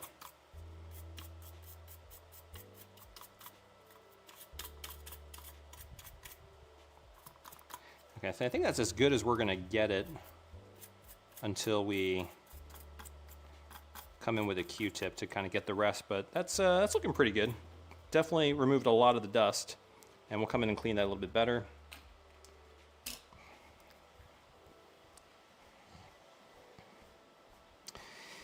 And the last thing we're going to do is the power supply, which, yeah, you know, is, again, also quite clean. So, the nice thing about these ESD safe brushes, they kind of just get into all the little nooks and crannies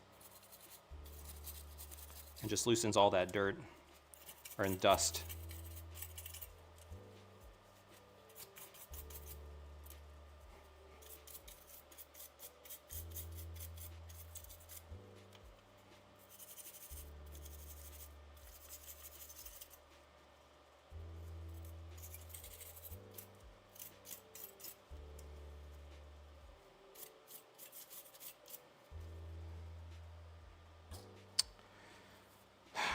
Okay,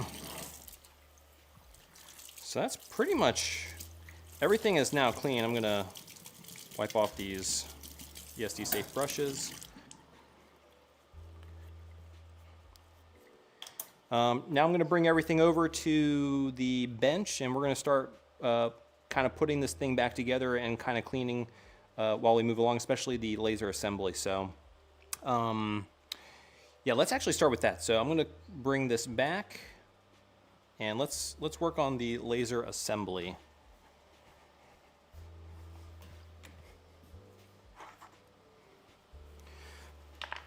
All right.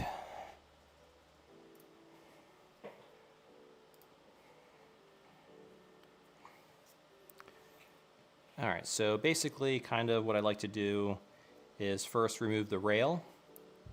And the way we do that, as I showed last time, this is actually a very similar assembly to the one from yesterday, or 2 days ago rather. But basically what we're going to do is, I'm going to bring the laser a little bit forward. And then this little piece of plastic is keeping that rail in. So we're just going to move that to the side. And while we do that, let me get a spudger here. And while I move this out of the way, I'm going to push the rail forward. And I'm using my spudger to do that. Okay, you see I moved it forward. Now it's kind of blocking it itself, so I can kind of push it the rest of the way. And let's see here, let's push it some more. There we go. And that comes out, and then we can actually move the laser assembly back off of the rail. We can pull the rail fully out. Oops. Skipped a little bit, so let's... Oh yeah, so basically there's like a big chunk of grease that was holding that. Oh wow, yeah, that's really... Yeah, it could be that it wasn't really moving smoothly. So we're gonna clean the rod, but what I'm gonna do is I'm gonna actually move... I'm gonna take the laser out. And basically the way we do that, there's these, again, a retaining clip here. So I might have to do this a little bit off camera, just because I don't want to break it.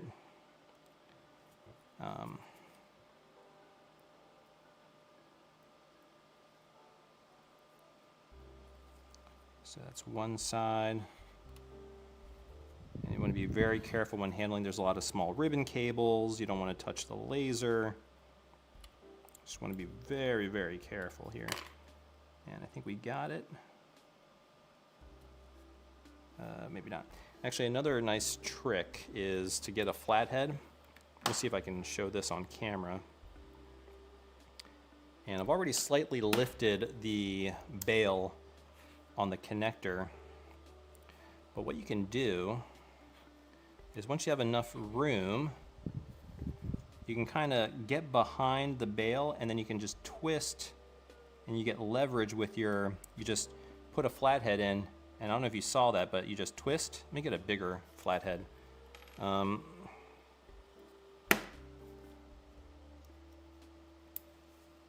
so, and then you can kind of get in there and then twist, and it forces that bail out because you're kind of pushing it from the bottom, and then you just do that from the other side. I don't know how well that showed up on, let's see here if I can show a little bit better here. So here you can maybe see it a little bit better. So basically the bottom of the bail right there, you get in between it and the PCB, and then you just twist. I don't know if you saw that, but kind of hard to capture some of this stuff on camera. But all right, connector comes right out. And so we have the laser assembly right here. So let's just, this thing is, you got dust all over the place, which you can see. I don't know how well, and hair, it's like dog hair or something. So let's clean that. Let me get some isopropyl alcohol.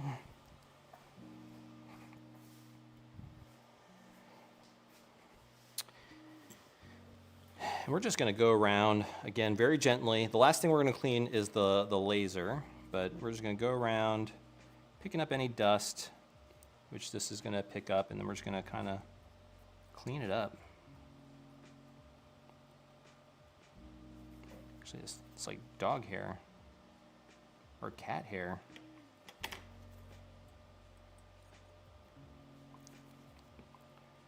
We'll clean this gear.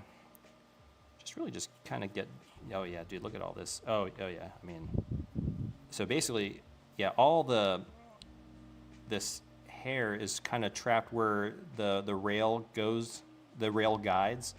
I mean, look at all, I mean, look at all the hair that's, ugh, oh God. The grease is like causing the hairs to stick to it and the dust. And I'm going to show you kind of a trick I just not discovered recently, but it's because, you know, it's been a while since I've cleaned a laser assembly. But you want to clean these little holes where the rail goes through. You want to clean all the old grease out of it. I'm going to show you how I do it. Before, I used to just take a piece of tissue or Kim wipe and, you know, kind of twist it and pull it through. But actually now I have these really nice Q-tips. They're much smaller because the regular Q-tips won't fit into those openings. So I have these Q-tips, and you can see they have a much smaller tip. And what I'll do is I'll soak it in isopropyl alcohol, and then you can see that opening right there, right? I just, let me see if I can get that on camera. Yeah, let me do that. So basically I just go like this. Get it nice and clean in there. And then we'll do it on the other side. You can see the residual grease. At least I can. I don't know if you guys can, but, and dude, look how dirty that got. And I'm just basically cleaning So basically now the laser assembly will be able to slide on that rail much, much easier. Let me get another one. So, yeah, I don't know if, I got these a little while ago. I don't know if I put this on my Amazon store. They might be there. But, you know, sometimes Q-tips are just too thick. And you just need to get in like little areas. And these really work really well. Yeah. So that's super clean. All right, so this laser assembly, I would say, is pretty dang clean now. The last thing I'm gonna do is just kind of, I like to kind of bunch up a Kim wipe and then just kind of pick up any last remaining dust.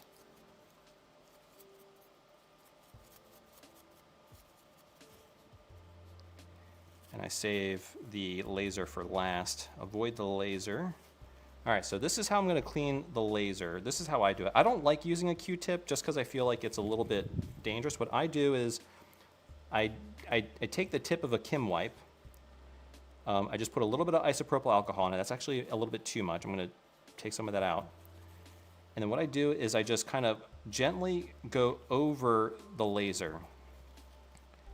And because, you know, this is very little pressure. You see, I'm not even actually like pressing on it. This is just kind of loosening up that dirt. And just to get it nice and kind of clean, but it's also, you know, there's less of a chance of damaging it, I feel like. With Q-tip, you might push too hard or whatever. And then I'll just take another area, another clean area. Again, soak it. And then just very gently. See if you guys can see that. And it's already looking a lot cleaner.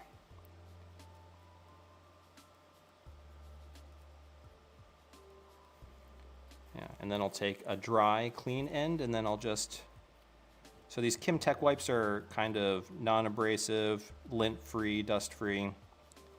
And I think that looks pretty good. Let me do a little bit more. But then just kind of go in a circular motion.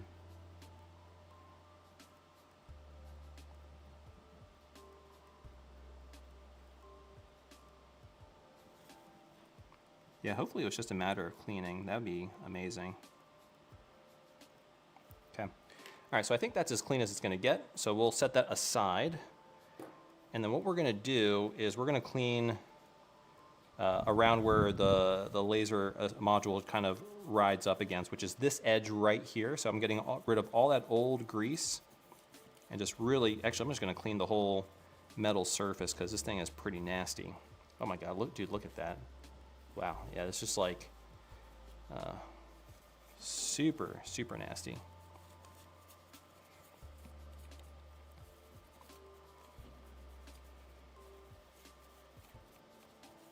And I wonder, I kind of wouldn't mind taking these gears off and maybe also like cleaning those. I'm gonna clean this ribbon cable.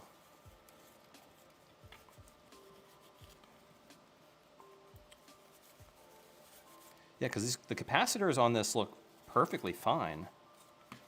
I mean, this laser assembly is actually, I mean, it was dirty, but man, it looks like it's in good condition. The spindle spins nice and freely, and it's straight.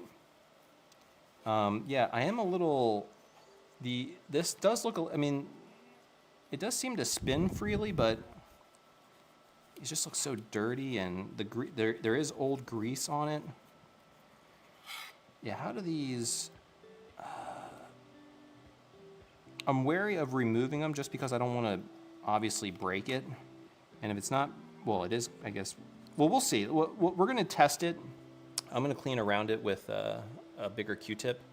But we're going to test it to see if maybe it was just the laser couldn't really, oh yeah, there's some hair in, oh my gosh, yeah, dude, there's like hair in there.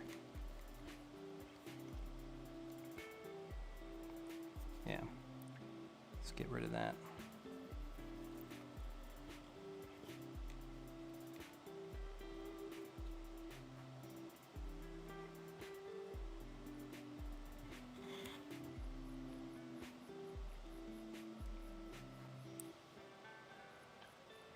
Just kind of cleaning around. I mean, it is dirty around there. Yeah. Yeah, I would like to, I mean, it's just, I don't want to damage. Has anybody taken the gears off on the Saturn? Because I'm wondering, it would be nice to clean it. But if they're pressed in, then I would.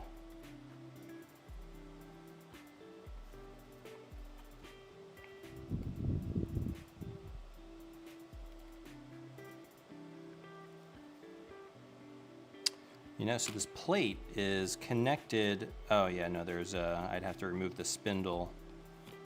Can I remove the motor? No, can't remove the motors. Okay. Now I think this is going to be fine, but yeah, it's definitely much cleaner than it was before. So I think that's good for now. Oops. And what I'm going to do is I'm going to clean the rail. So I already cleaned the top, but you want to make sure you also get the bottom.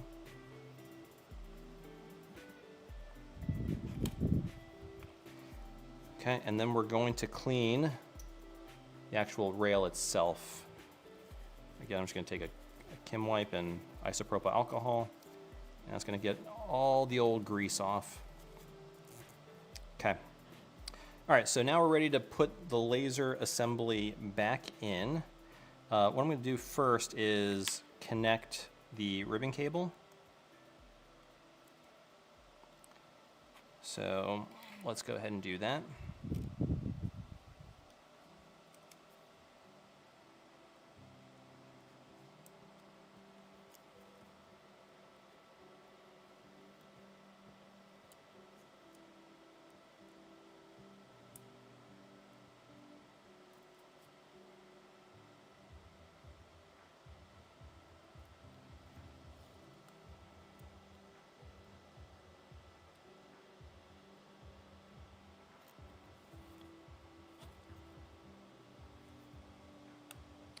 That's one side in. That's the other side in. Okay. I think we are good. Okay. All right, so the laser is in. And then what we're going to do is we're going to basically put this lip right here onto the side rail. So that's pretty much in place right now, like that. And then we're going to take this rail, right? Oh, no, we're good. And then we're gonna put that in. And then we're gonna guide that through the opening. And that's already going in much smoother. Remember, it got really caught on it last time. All right, so we're gonna push that in, and then we're gonna use a spudger to push it all the way. Okay, and then that's locked in place. And then it goes back and forth beautifully. All right, so let's put some grease on this. And what I use is this, it's called like polyethylene. This is a good grease because it's safe on plastics. I pretty much use it on anything that requires lubrication. And this is like a lifetime supply. And essentially what I do is I just take a Q-tip, and the Q-tip is my applicator. So what I'm going to do is I'm going to push this laser assembly all the way back. It's going to go all the way back as far as it'll go. Now I'm noticing this is skipping, so we'll see if that's an issue, but yeah, so basically I apply the grease like that on the top as well as the bottom. And this is a bit too much, but that's okay because we're going to remove the excess, and I'll put some a little on the side. And then I'm going to do the same thing on the railing right here. I'm gonna put some grease here where it makes contact with the metal. And you don't have to do it perfect, because what I'm gonna do is I'm gonna run it up and down, and it's going to basically spread itself. And then you wanna put some on the bottom there. And then now what we're gonna do is we're gonna run it to the front, and it'll kind of spread it. And then we're gonna put it on the back part of the rail. And we'll put it there as well.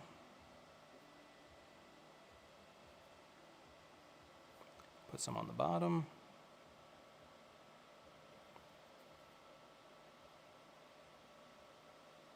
Okay.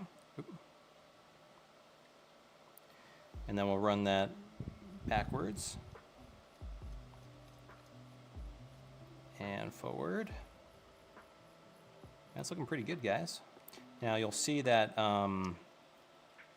there's a little bit that collected up there, so we're gonna just take we're gonna remove the excess, because you don't want too much grease. That's like where dust will collect, and we'll just remove it with our Q-tip. And then we'll do the same here on the back. Just remove any excess. Not a big deal. Okay, so that's the laser assembly done. So now we can just start putting everything back together. I'm going to clean this ribbon cable, get the dust off of it. Let me change the angle here. All right. So now we can start. Now if you remember, the blue label faced outward, so we'll remember that. And what I'm gonna do is I'm gonna throw some of this crap away. Oh, and we still need the grease, because we gotta grease the button.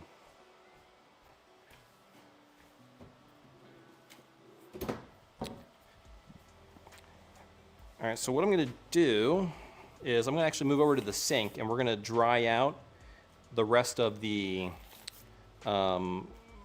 parts. So let's see here. And y'all can still hear me, right? I think I still have enough battery, so I think we're still good on battery for my microphone. But let's move over to the sink, and we're gonna dry off the components. And the way I do it is I use compressed air, but basically I have this Makita. I use this Makita right here, and this thing is great. So basically this will blow out, and you know, it's going to be kind of loud, but basically it'll blow out all the moisture and all the crevices.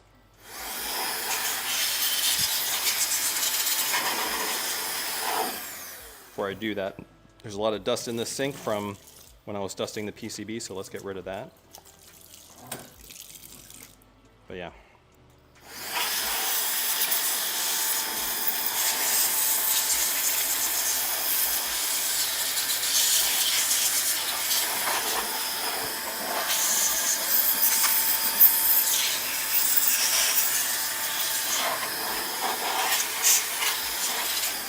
So that's like really, really dry. And basically you just want to get into these like little posts and get as much moisture out as you can.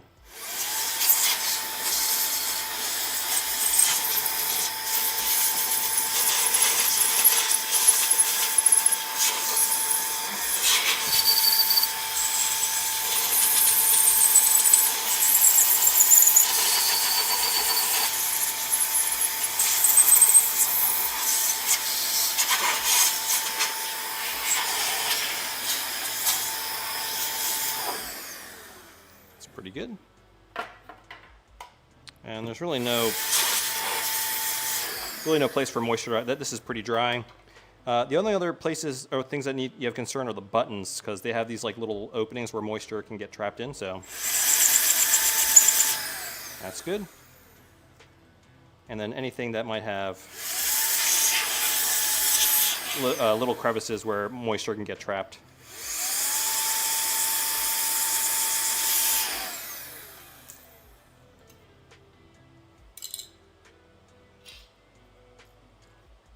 So yeah, these things, a lot of moisture gets trapped in there.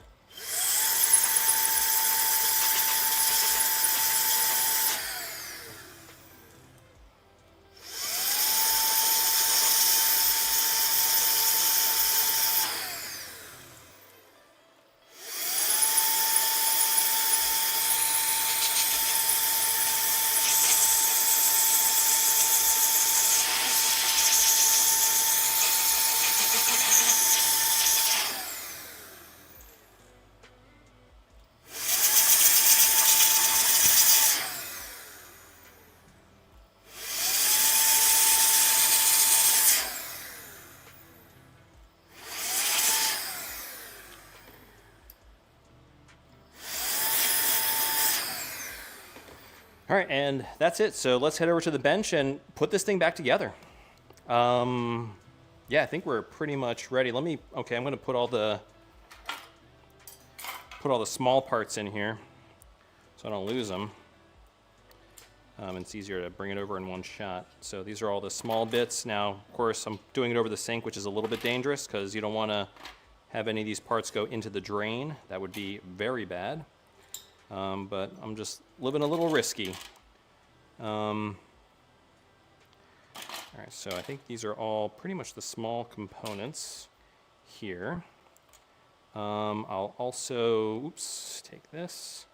I'm gonna put the motherboard here as well. And I'll take the power supply by hand. Okay, we're gonna bring this over to the bench.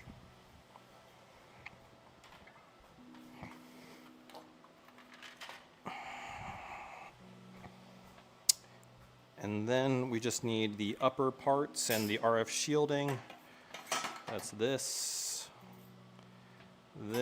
and this. Okay. All right, so that's pretty much everything. Yeah, we're definitely moving faster than last time, but it's still taken quite a bit. Let me bring you back over here. All right, so I'm just kind of sorting things. Last time I had to redo the install a couple times because I forgot to put things in, so I'm going to try and avoid that this time around. So I'm going to let's clean the bench off a little bit. It's a little bit dusty here. Okay. So, take all the small pieces here. Don't want to forget any of them. One of the ones I forgot was this. This is a little, like the PCM CIA slot expansion card reader thing. I forgot to do that. The pylon screws, I forgot to do that, so I won't forget that this time. But yeah, okay, here we are. So we got the bottom shell. Then comes the bottom clean RF shield, which goes like this, followed by the motherboard, which I'm actually going to clean. Okay, I'm going to clean here a little bit with the microfiber, the cart reader and the AV port. Just a little bit, get any remaining dust off of it. I mean, this is a really clean board, to be honest, which is surprising given how dirty the shell was. All right, so we're going to put you got to kind of put it at an angle to get the controller ports in. And that settles in like that. Do not forget the cartridge slot piece, which clips in. So that's in. And then I think we go ahead and we put the RF shield in, the top up RF shield, which goes like this, and we're going to feed this wire through. Am I forgetting anything, guys? I don't think I'm forgetting anything. I think I've got it all. This looks a little bent. Hopefully that still works. One thing I'm forgetting. Yes, I am forgetting. Guys, I almost forgot again. Oh, geez. So we got to put in the pylons. And the way we do that is you got to get a spudger. You put in, let me move this out of the way a little bit. So you got to put it in one side. And you can't just, actually maybe, oh, this one you can actually just clip in. The other one, these little holes were very sharp and they were catching on the clip. And so you had to like really push the clip in. So, but this is a little bit, yeah, these are a little bit more rounded. So these are a little bit easier to go in. Yeah, these just clip in. So now we're good, guys. These are, I thought, yeah, now we're good. And then now on the other side, don't forget the screws. Got to put the screws. So let me get my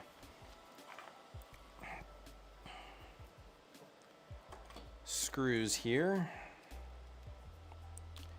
And one thing I'm going to do is I always like to clean these screws because you know they get the heads get a little dusty, so I just kind of give them a quick wipe, and then we'll screw it in.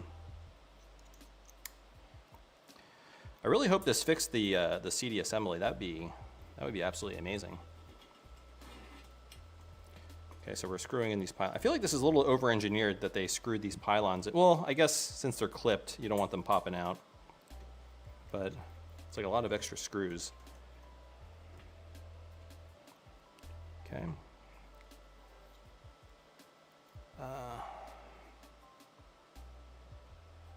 Oh yeah, I mean, for sure, like, getting a device clean from dirty is easily one of the most satisfying things you could do. On like an older console. That's why I always love buying dirty old consoles, is because first of all, it's cheaper. You're going to save quite a bit of money. And second of all, I would say like 8 times out of 10, consoles that are listed as faulty or broken are not broken at all. They just are neglected, and maybe they just need to be cleaned internally, and that's it. All right, so the other thing we're going to clip in is the light pipe for the power LED, and that just clips in, easy peasy. All right, let's zoom out.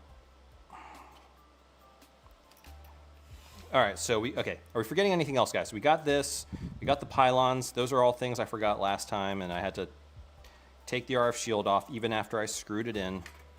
But I think we got everything this time, right? Chad, anything? I think we're good.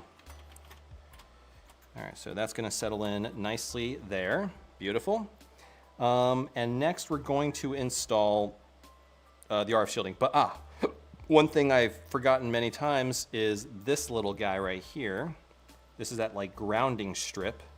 So I'm going to dust that off a little bit. It's actually kind of dirty. Oh, wow, I just dropped the screw. And I dropped the other screw. So that's clean. I don't think this tape is going to work, but we'll give it a shot. So that goes like that, and it was kind of taped down. I mean, it's kind of taped down. All right, let me get the screws in the washer. Oh God. Okay, so that's this screw. That goes right here. And okay. And then the washer and the screw. Okay, there they are right here. So we've got the little washer, we've got the little screw. We're going to put the washer on the screw. And I'm just putting the little washer on the screw, and I'm going to just lay it right here until we put the optical drive in, which I think we're going to do right now. Okay, so before we put the optical drive in, we're going to put the little shroud on, which you find these 2 holes right here. They just kind of lock in, and then it clips down. So now we have our little CD assembly. It's going to go right here. And you want to take this little grounding ribbon out, drop that bad boy in, and then we're going to screw the grounding ribbon in. I'm not sure if that's what it is. I'm guessing that's what it is, but... And another trick, again, I think I spoke about it last time, was whenever you're screwing in something, always go counterclockwise until you catch the thread, and then go in. Hey, Aeolus Maximus, thank you for the $4 super chat. Much appreciated. Oh, this is the 5th super on a live stream. Okay. Wow, did I get 5? I hope I didn't miss any. Wow, sorry if I missed your super chat. I apologize. Yeah, I mean, I'm trying to get better at reading the chat, guys. So, all right, now we're gonna put the ribbon cable. Again, it's the blue tab facing out. Okay, so that goes here, and then that goes right in there.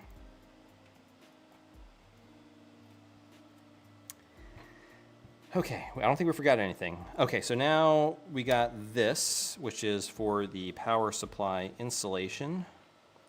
So that clips, kind of clips in there, and then it clips in here, and it clips in there. Oh, guys, okay, before we put that in, we got to put in the power switch. Order of operations, guys, order of operations. Power switch is right here. This I didn't really clean, so I'm going to clean it right now with this damp microfiber towel.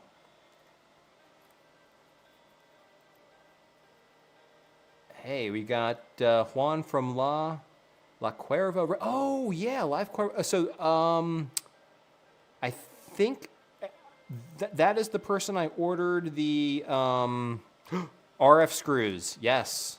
Okay, good. I think I ordered some parts for my was it the X6800, which I'm going to be making a video about very soon? I think so. Maybe not. Maybe I'm confusing. But yeah. But yeah, no, someone said we got to put in the RF screws, which is 100% correct. So let's do that. I can't believe, whew, guys, got to keep me honest here. All right, so, and again, remember, some of these are longer than the others. So let's start with this one here. This is a shorter one in the bottom right. Wow, so yeah, thank you to Saturn HST. Hey, so maybe Saturn HST is a Sega Saturn fan? Definitely appreciate the reminder because I would have totally forgot that. And we're gonna put the longer screw here on one side of the controller port.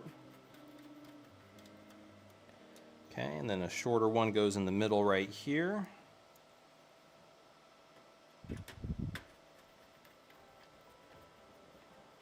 All right. And the other long one goes on the other side. Actually, I'm going to take this RF shield, or this light pipe off real quick while I put this in. Okay, and then we're going to pop that back on.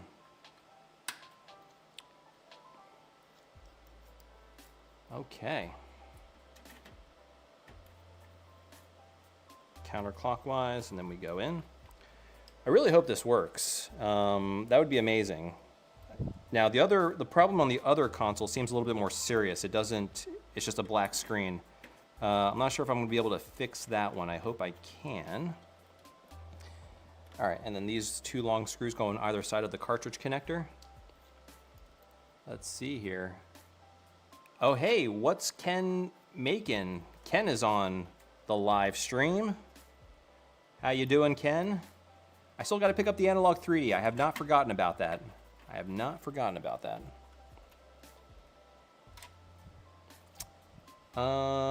Do I prefer the LTT and the iFix? They're very similar. I would say probably the LTT one is slightly more, I guess you could say, premium. Ooh, that needs to be a little bit longer. Just because of like the ball bearing end there.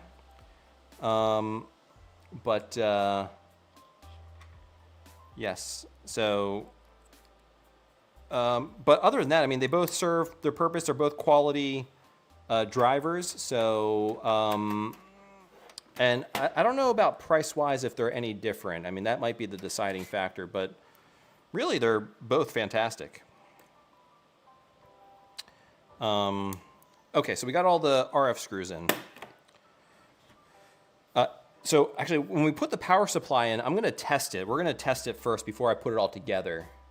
So let's see. Oh, I was right. So yeah, and I forget the name. So Juan Jose has a store on Tindy, and he sells some cool retro Japanese PC parts.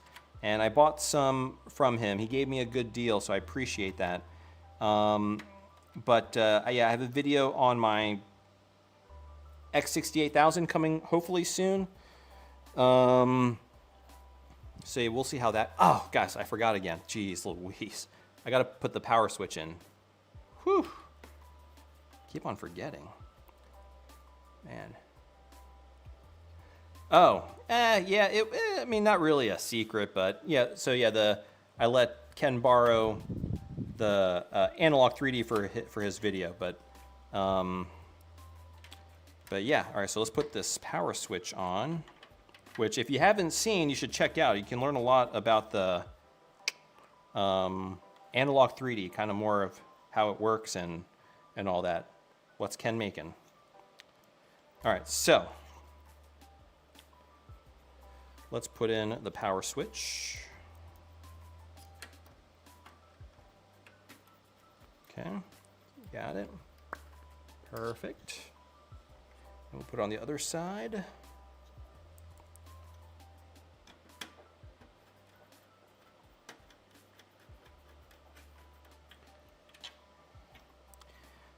Now we can put the insulating piece of plastic.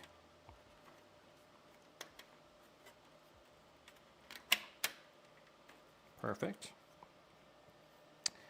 Okay. All right, so let's test this out, guys. If this actually works, I'm gonna be shocked that it was as simple as just cleaning the laser. Absolutely shocked. All right, so that's plugged in, that's plugged in. Let's give this a quick go. Let me switch it to the capture. Okay, let's get a controller. Plug. Actually, we don't really need the controller. We just need to see if the game loads, but I'll put the controller in. Controller in.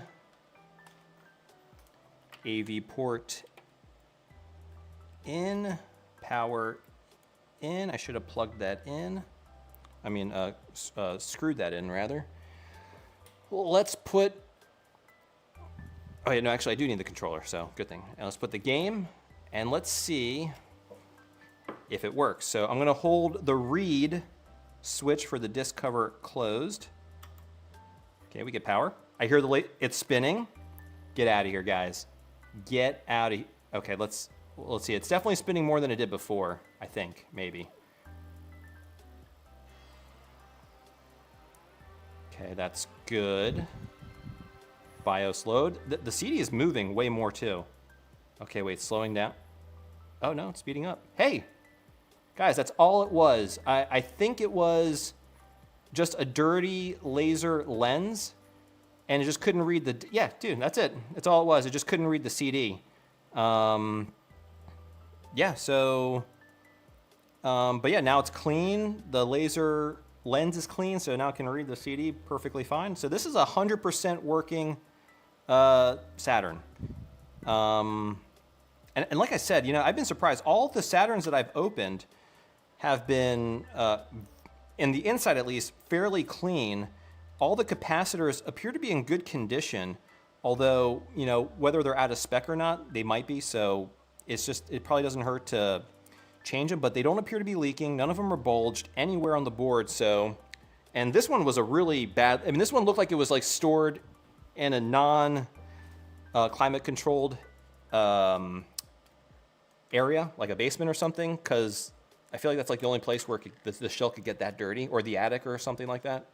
So yeah, no, this is, we got another working one. This is one of the broken ones. So out of the 5 Sega Saturns that we tested, 3 of them worked fine, and 2 were broken. This was one of them. It would turn on, but it wouldn't read games. It just was a dirty disk, I think, or a dirty CD assembly. And the other one, it turns on, but we get nothing on screen. So that one might be a little bit more difficult to fix. We'll try that one tomorrow. I'll be live streaming tomorrow. We're going to try and fix that one. But let's go ahead and put the, we're going to secure the power supply. Yeah, I mean, it doesn't hurt. You just got to be very delicate. The laser assemblies are very fragile. So, let me switch the angle here for you. So you just got to be very, very careful. That's why I like using a Kim wipe rather than a Q-tip. Q-tip can be a little bit too difficult. But yeah, I mean, exactly Saturn HST is correct. I mean, the Saturn it's a pretty robust. I would say most consoles that are like 6th generation and back, or maybe 5th generation and back, they're all pretty stout and robust, and except maybe the Super Nintendo. I don't know, for whatever reason, those PPU and the PPU chip goes bad a lot for those. I don't know why, but all right. So this is good. We're going to assemble the top shell now, and this is where we're going to need to be doing some lubricating of some of these areas. Now, again, this is why I took photos. So let's swap out the areas here. Okay, so let's bring it over. Okay, so we got my polyethylene, what is it called? Polyolefin grease. Again, this is safe for plastics. I don't know. I'm not like a chemist. When I was researching this like a couple years ago, this was listed as like being safe for plastics because some greases can cause plastics to swell, and you definitely don't want that.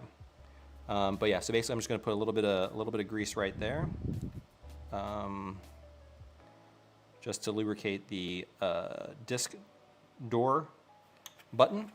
And then we're going to put a little bit of grease on this peg right here, because that's where this little thing is going to pivot. This thing right here. So I'm going to put I'm going to put the grease inside of this, just like that. You don't need a lot. And then it basically, and then, I'll put a little bit, just a dab on there. And then we'll put that like that. Okay. So yeah, that's how that that's how this thing pivots, to lock the latch. And then we're going to put the spring, which I believe it was this one. I'm going to clean it, because man, that thing is dirty.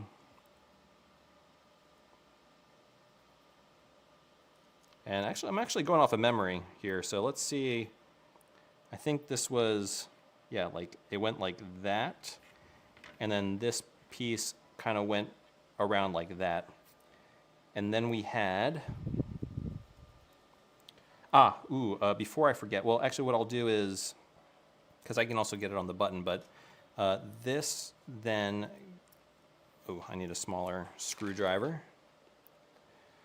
What is your favorite console to collect games for? You guys be surprised. I have a lot of consoles, but I don't have all that many. My game library is quite small, but to collect games, I enjoy the 6th generation. I believe it's 6th generation. PS2, Dreamcast, GameCube, and to some extent Xbox. So that's kind of a good, and then also 16-bit. I like Super Nintendo, the Sega Genesis, PC Engine, even though PC Engine is like quasi 16-bit. Okay, so but I'm also going to put grease underneath this right here. I should have done that first, but that's the part that's going to be contacting the button. So you want that to be lubricated, but we can also lubricate the button before we put it in. So I'm going to go ahead and I'm going to put in the eject button. I'm just going to put a little bit of grease here around this lip here, because that's the part that's going to contact the button right there. So I'm going to put a little bit of grease right there, not a whole lot. And then it just press fits in. I'm just pushing it in from the other side. There we go. Okay, so that's in. And then the only other thing we need to put is this screw here, which is going to keep it down. And then we're going to put tension on it. There's no tension on it right now. Okay, so that goes right there. Like that. Okay, that's going to keep it from popping up. And then we move that, and then we just put a little bit of actually, I think the way I did it, it's easier to put tension from the other side. So I'm going to put this, goes on this side of the peg. Let's see here. Ooh, that's going to be challenging to do. So this goes, I might need to, actually, guys, I need to undo this. Actually, I probably don't need to even do it all the way. I just need to do it so it, so it goes over that peg. And then screw this down. There we go. Okay, it's in. And then this goes like that. There. And then that's how it works. It releases the latch. So it's a very simple mechanism, but here we go. And really, I think that's really the only grease we need. Other than that, oh, no, we're gonna need it for the hinges in the back, so. Okay, next we're gonna work on the door. So we're gonna go ahead and feed the door through. Like so. Actually, if you look at that, this door looks like a different color than, I mean, looks like the same where you guys see it. This is like a little bit lighter. I wonder if it's like a slightly different plastic. Anyway. All right, so we're gonna put that underneath. And we're gonna kind of go, we're gonna put this side first because it's not spring loaded.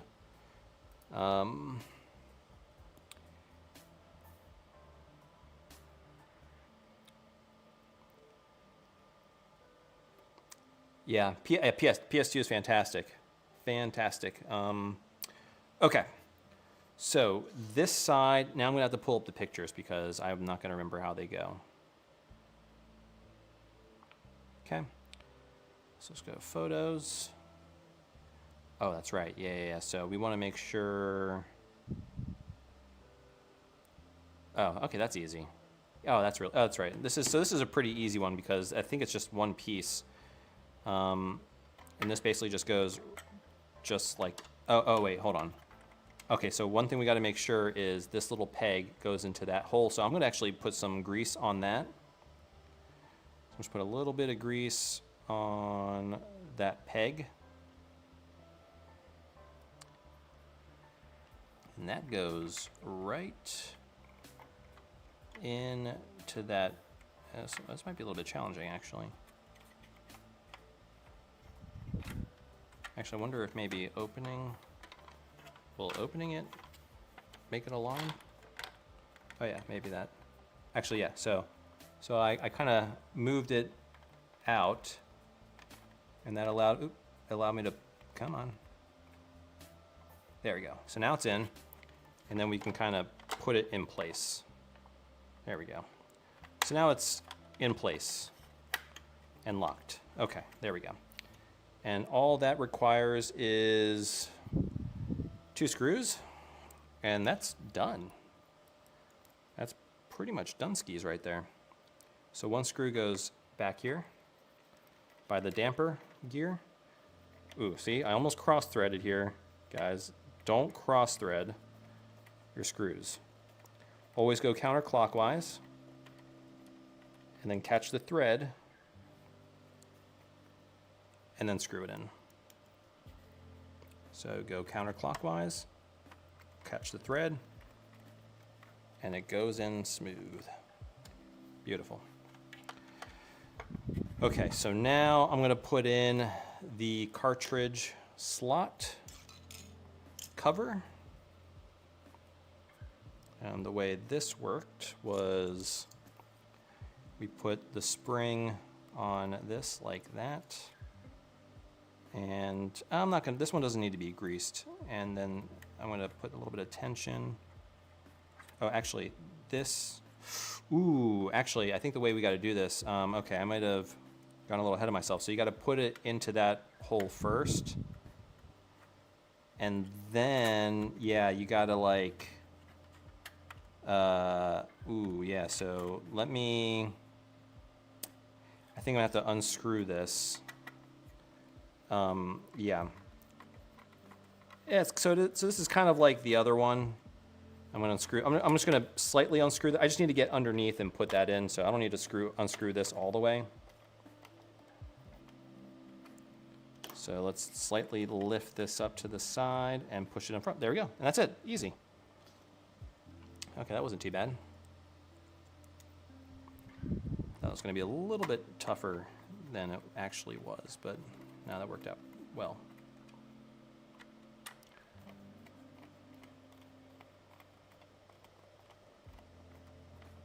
Okay, and then, yep.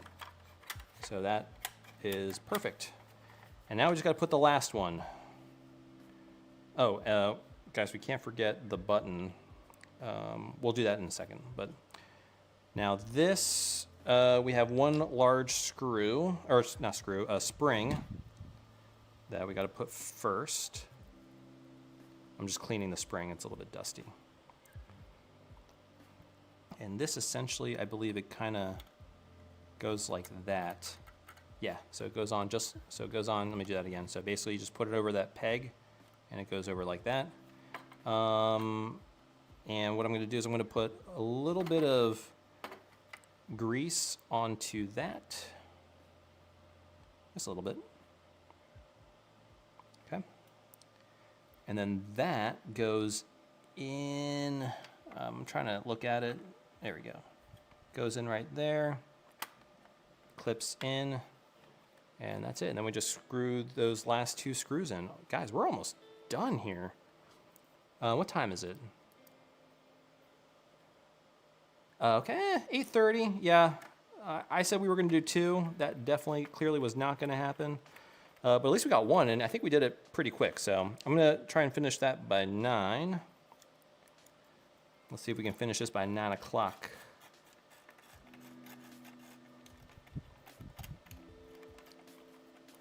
Now, just like the other one, there's 2 tensions on this. You can see right there, there's, zoom in.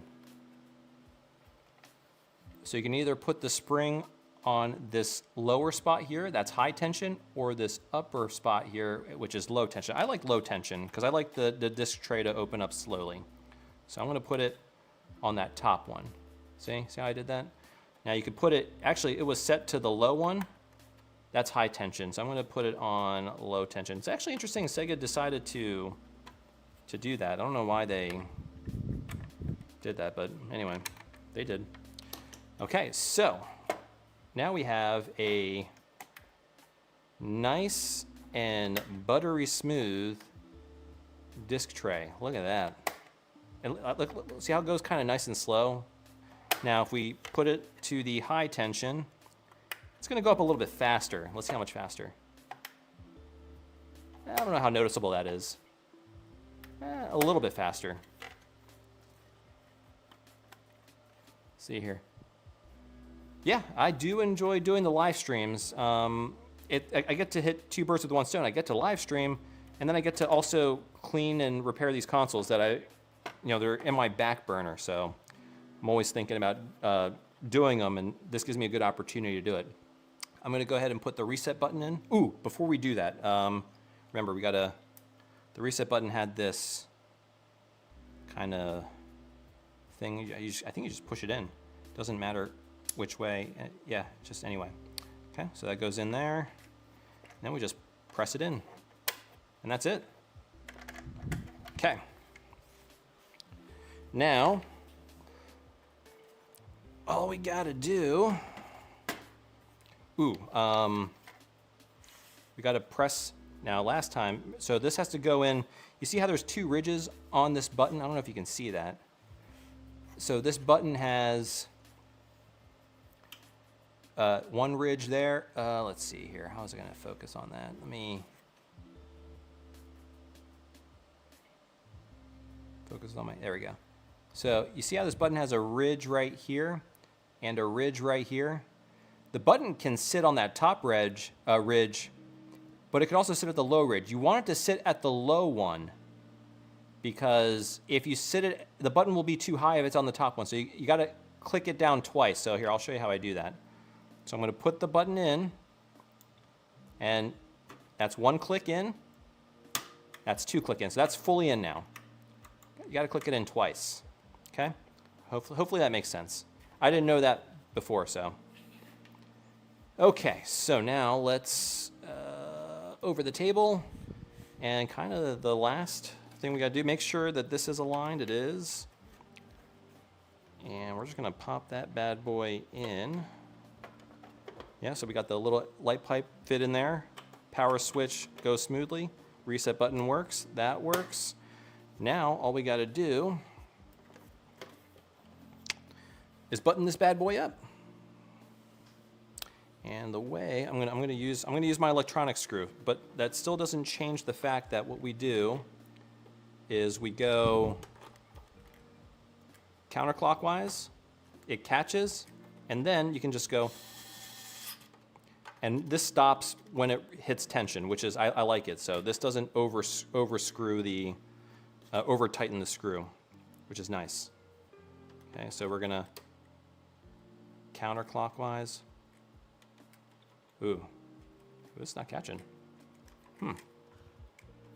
Why is that not catching?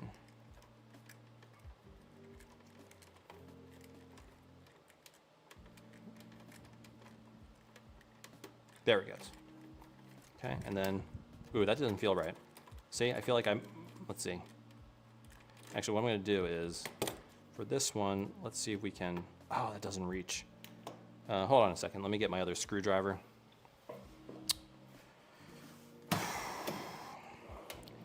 One of my biggest pet peeves is cross-threading. I hate cross-threading screws. There we go. Okay, so that was, this one's a little bit tighter. I don't think it's quite cross-thread, but yeah, what I'm gonna do is I'm gonna start each of these. Okay, so that caught, and then we'll finish it with the,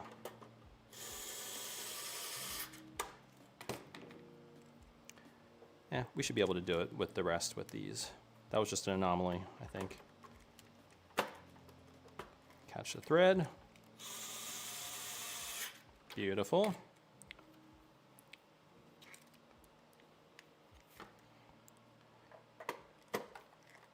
Catch the thread. Beautiful. Fantastic. All right, so this is fully refurbished. And let's give it a quick test before we call it quits. Expansion port, yep. Yeah, let's see. Yeah, maybe I'll show my streaming setup maybe as another stream or something. Who knows? That could be a good idea. I mean, it's not complicated. I think other people have much more impressive streams than I do.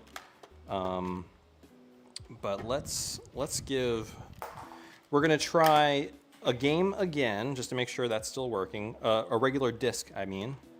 And then we're gonna try the satiator and then the Saru. Make sure those are all working. And then we can sign this off as a fully functioning Sega Saturn. That's much cleaner than it was before, which is always a good thing. All right, so the game, Deep Fear, goes in. Let me switch capture. Okay. And we're gonna power on. Get the nice little green light. We're gonna need a clock battery. I'm gonna pull it from this one. Oh wait, no, not this one. This is a dirty one. Or this is an old one, I mean. I gotta pull it from the new one. Close the door on this. Okay. Here. This is the one we refurbished the other day. Right here. And we put a fresh battery in it, so let me turn this off. Positive side up. Oops, pulled it out. Come on, there we go. Yeah, because I forgot that you basically, and someone thankfully reminded me, is you need a battery in order, a clock, or this CoinCell 2032 battery, in order for the satiator to work. All right, so let's set the clock. Let's see, at 2026, it's crazy. And I think this was, yeah, that's month, so February. Today's the 12th. And this goes AM, PM. And it's 8:47.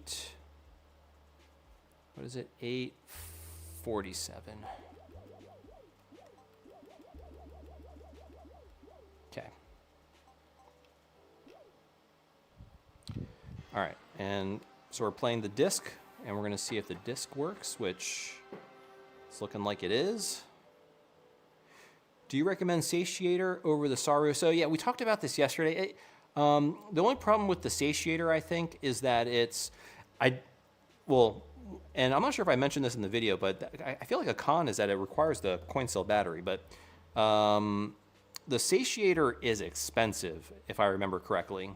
And the Saru is much cheaper. You have a lot of options. The one I have is pretty nice. It's from J&T Studio. So this is the Saru. Oh, sorry, satiator. And then this is the Saru. This is really nice. And I don't know if they sell this to the public, but this one actually, they make the shell too. It's actually got Sega written on there, which is really cool. But yeah, they did a really good job. Okay. Oh, why am I using? Oh, yeah. I mean, I could get one from over there, but ooh, that's kind of. I feel like it's a little stuck. Why is it? It's like catching on something. I mean, it opens, but it's like catching. Huh. I'll have to figure that out. Yeah, I could get a new battery. Well, so the FRAM mod, I think, is more. I don't think that's going to fix the clock. I'm not even sure if that's going to fix the satiator problem. It might do the satiator.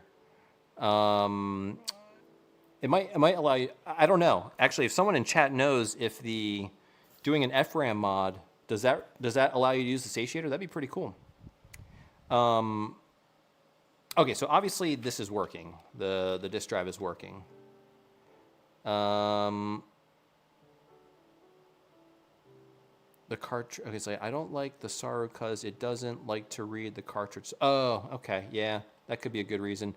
It's just that I think the Saru is like $50, and the satiator is like $200 or something.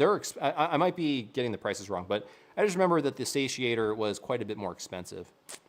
Okay, so this is working. Okay, let's try the Saru first. Take the game out. How about that disc tray door? It operates. I think this was also the one that was kind of not opening very nicely, and now it just beautiful. All right, let's try the Saru. Now this cartridge connector could be dirty.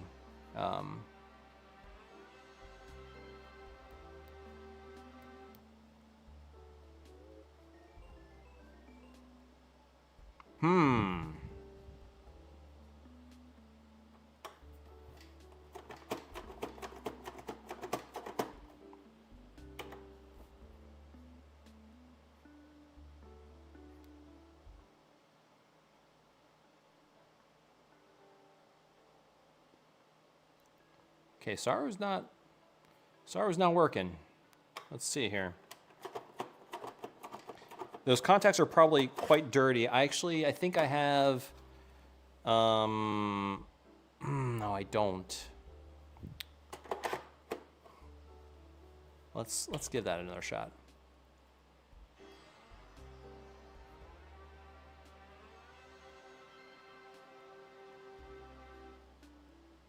There we go.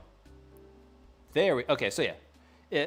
I might try to clean the cartridge connector. I'm sure it probably has kind of some oxidation on the contact, so I'm going to try and clean it. But this is working. I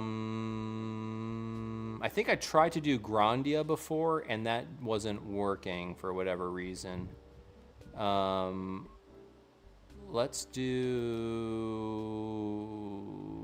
Marvel Superheroes. Okay, hey. And okay, so that works. Perfect. Yada, yada, yada. Oh. Now loading. There we go. Awesome. Okay, so the Saru works. Last thing to check is the satiator. All right, fantastic. Oops. Yeah, contacts look good. All right. Let's try this out.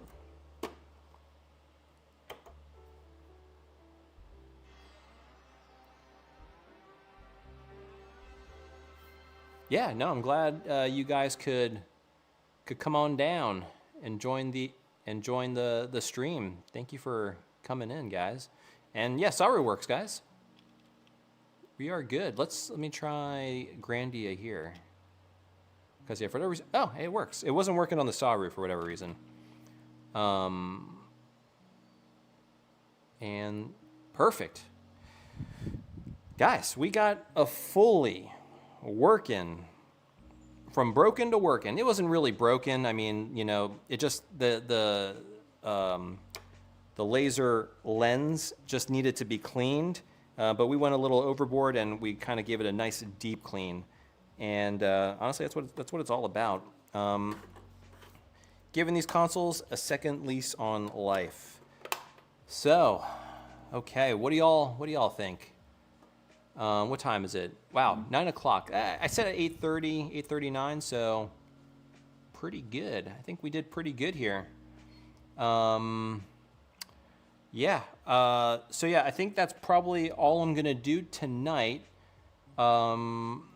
But I will be streaming tomorrow. I might do it earlier in the day, but it might go into the evening a little bit. I'm gonna try and do the other one that wasn't working as well. We got like that blank screen, so I'm gonna try and do that. That blue screen, oh yeah, it is kind of like the Microsoft blue screen. Wow, 2 a.m. in the UK. Yeah, I'm gonna try to do it a little bit earlier. Maybe. Oh, how did I get that boot menu? So there's a way to, I don't think it's unique to the one from J&T, but I think there was a setup from J&T Studio that tells you how to do it. So I would just go onto the J&T Studio website. I think they tell you how to get like those animated backgrounds.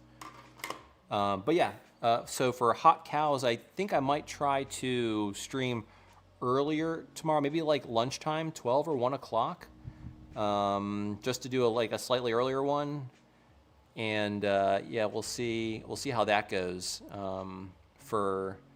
It might be good for our European friends, and maybe people in other time zones where, you know, I mean, yeah, 2 a.m. That's super late where you are, but yeah, cool. Yeah, no, I definitely want to thank everybody for dropping by. Definitely plenty more of these to come. I'm gonna probably, in my Discord server, if you're not part of the Discord server, definitely sign up. I'll probably start a new stream channel just to kind of get ideas from folks on how to improve the streams. I definitely want to make it like more interactive, and I definitely want to do some cooler integrations. I know some people do some really amazing things with the stream. Yeah, so definitely want to build it up, and at least 1 week every month. During that week, I'll stream 3, maybe 4 days of that week. And then the other 3 weeks of the month are just my normal video uploads. But that's the plan. So yeah, if you haven't joined the Discord, join it. I'm gonna start a stream channel just to get ideas from you guys. But yeah, no, this was fun. I'm glad everybody could join in. And yeah, I'll see you guys, maybe some of y'all tomorrow. And but yeah, have a nice rest of the week. If I don't see you, have a good weekend. All right. Talk to you later, guys.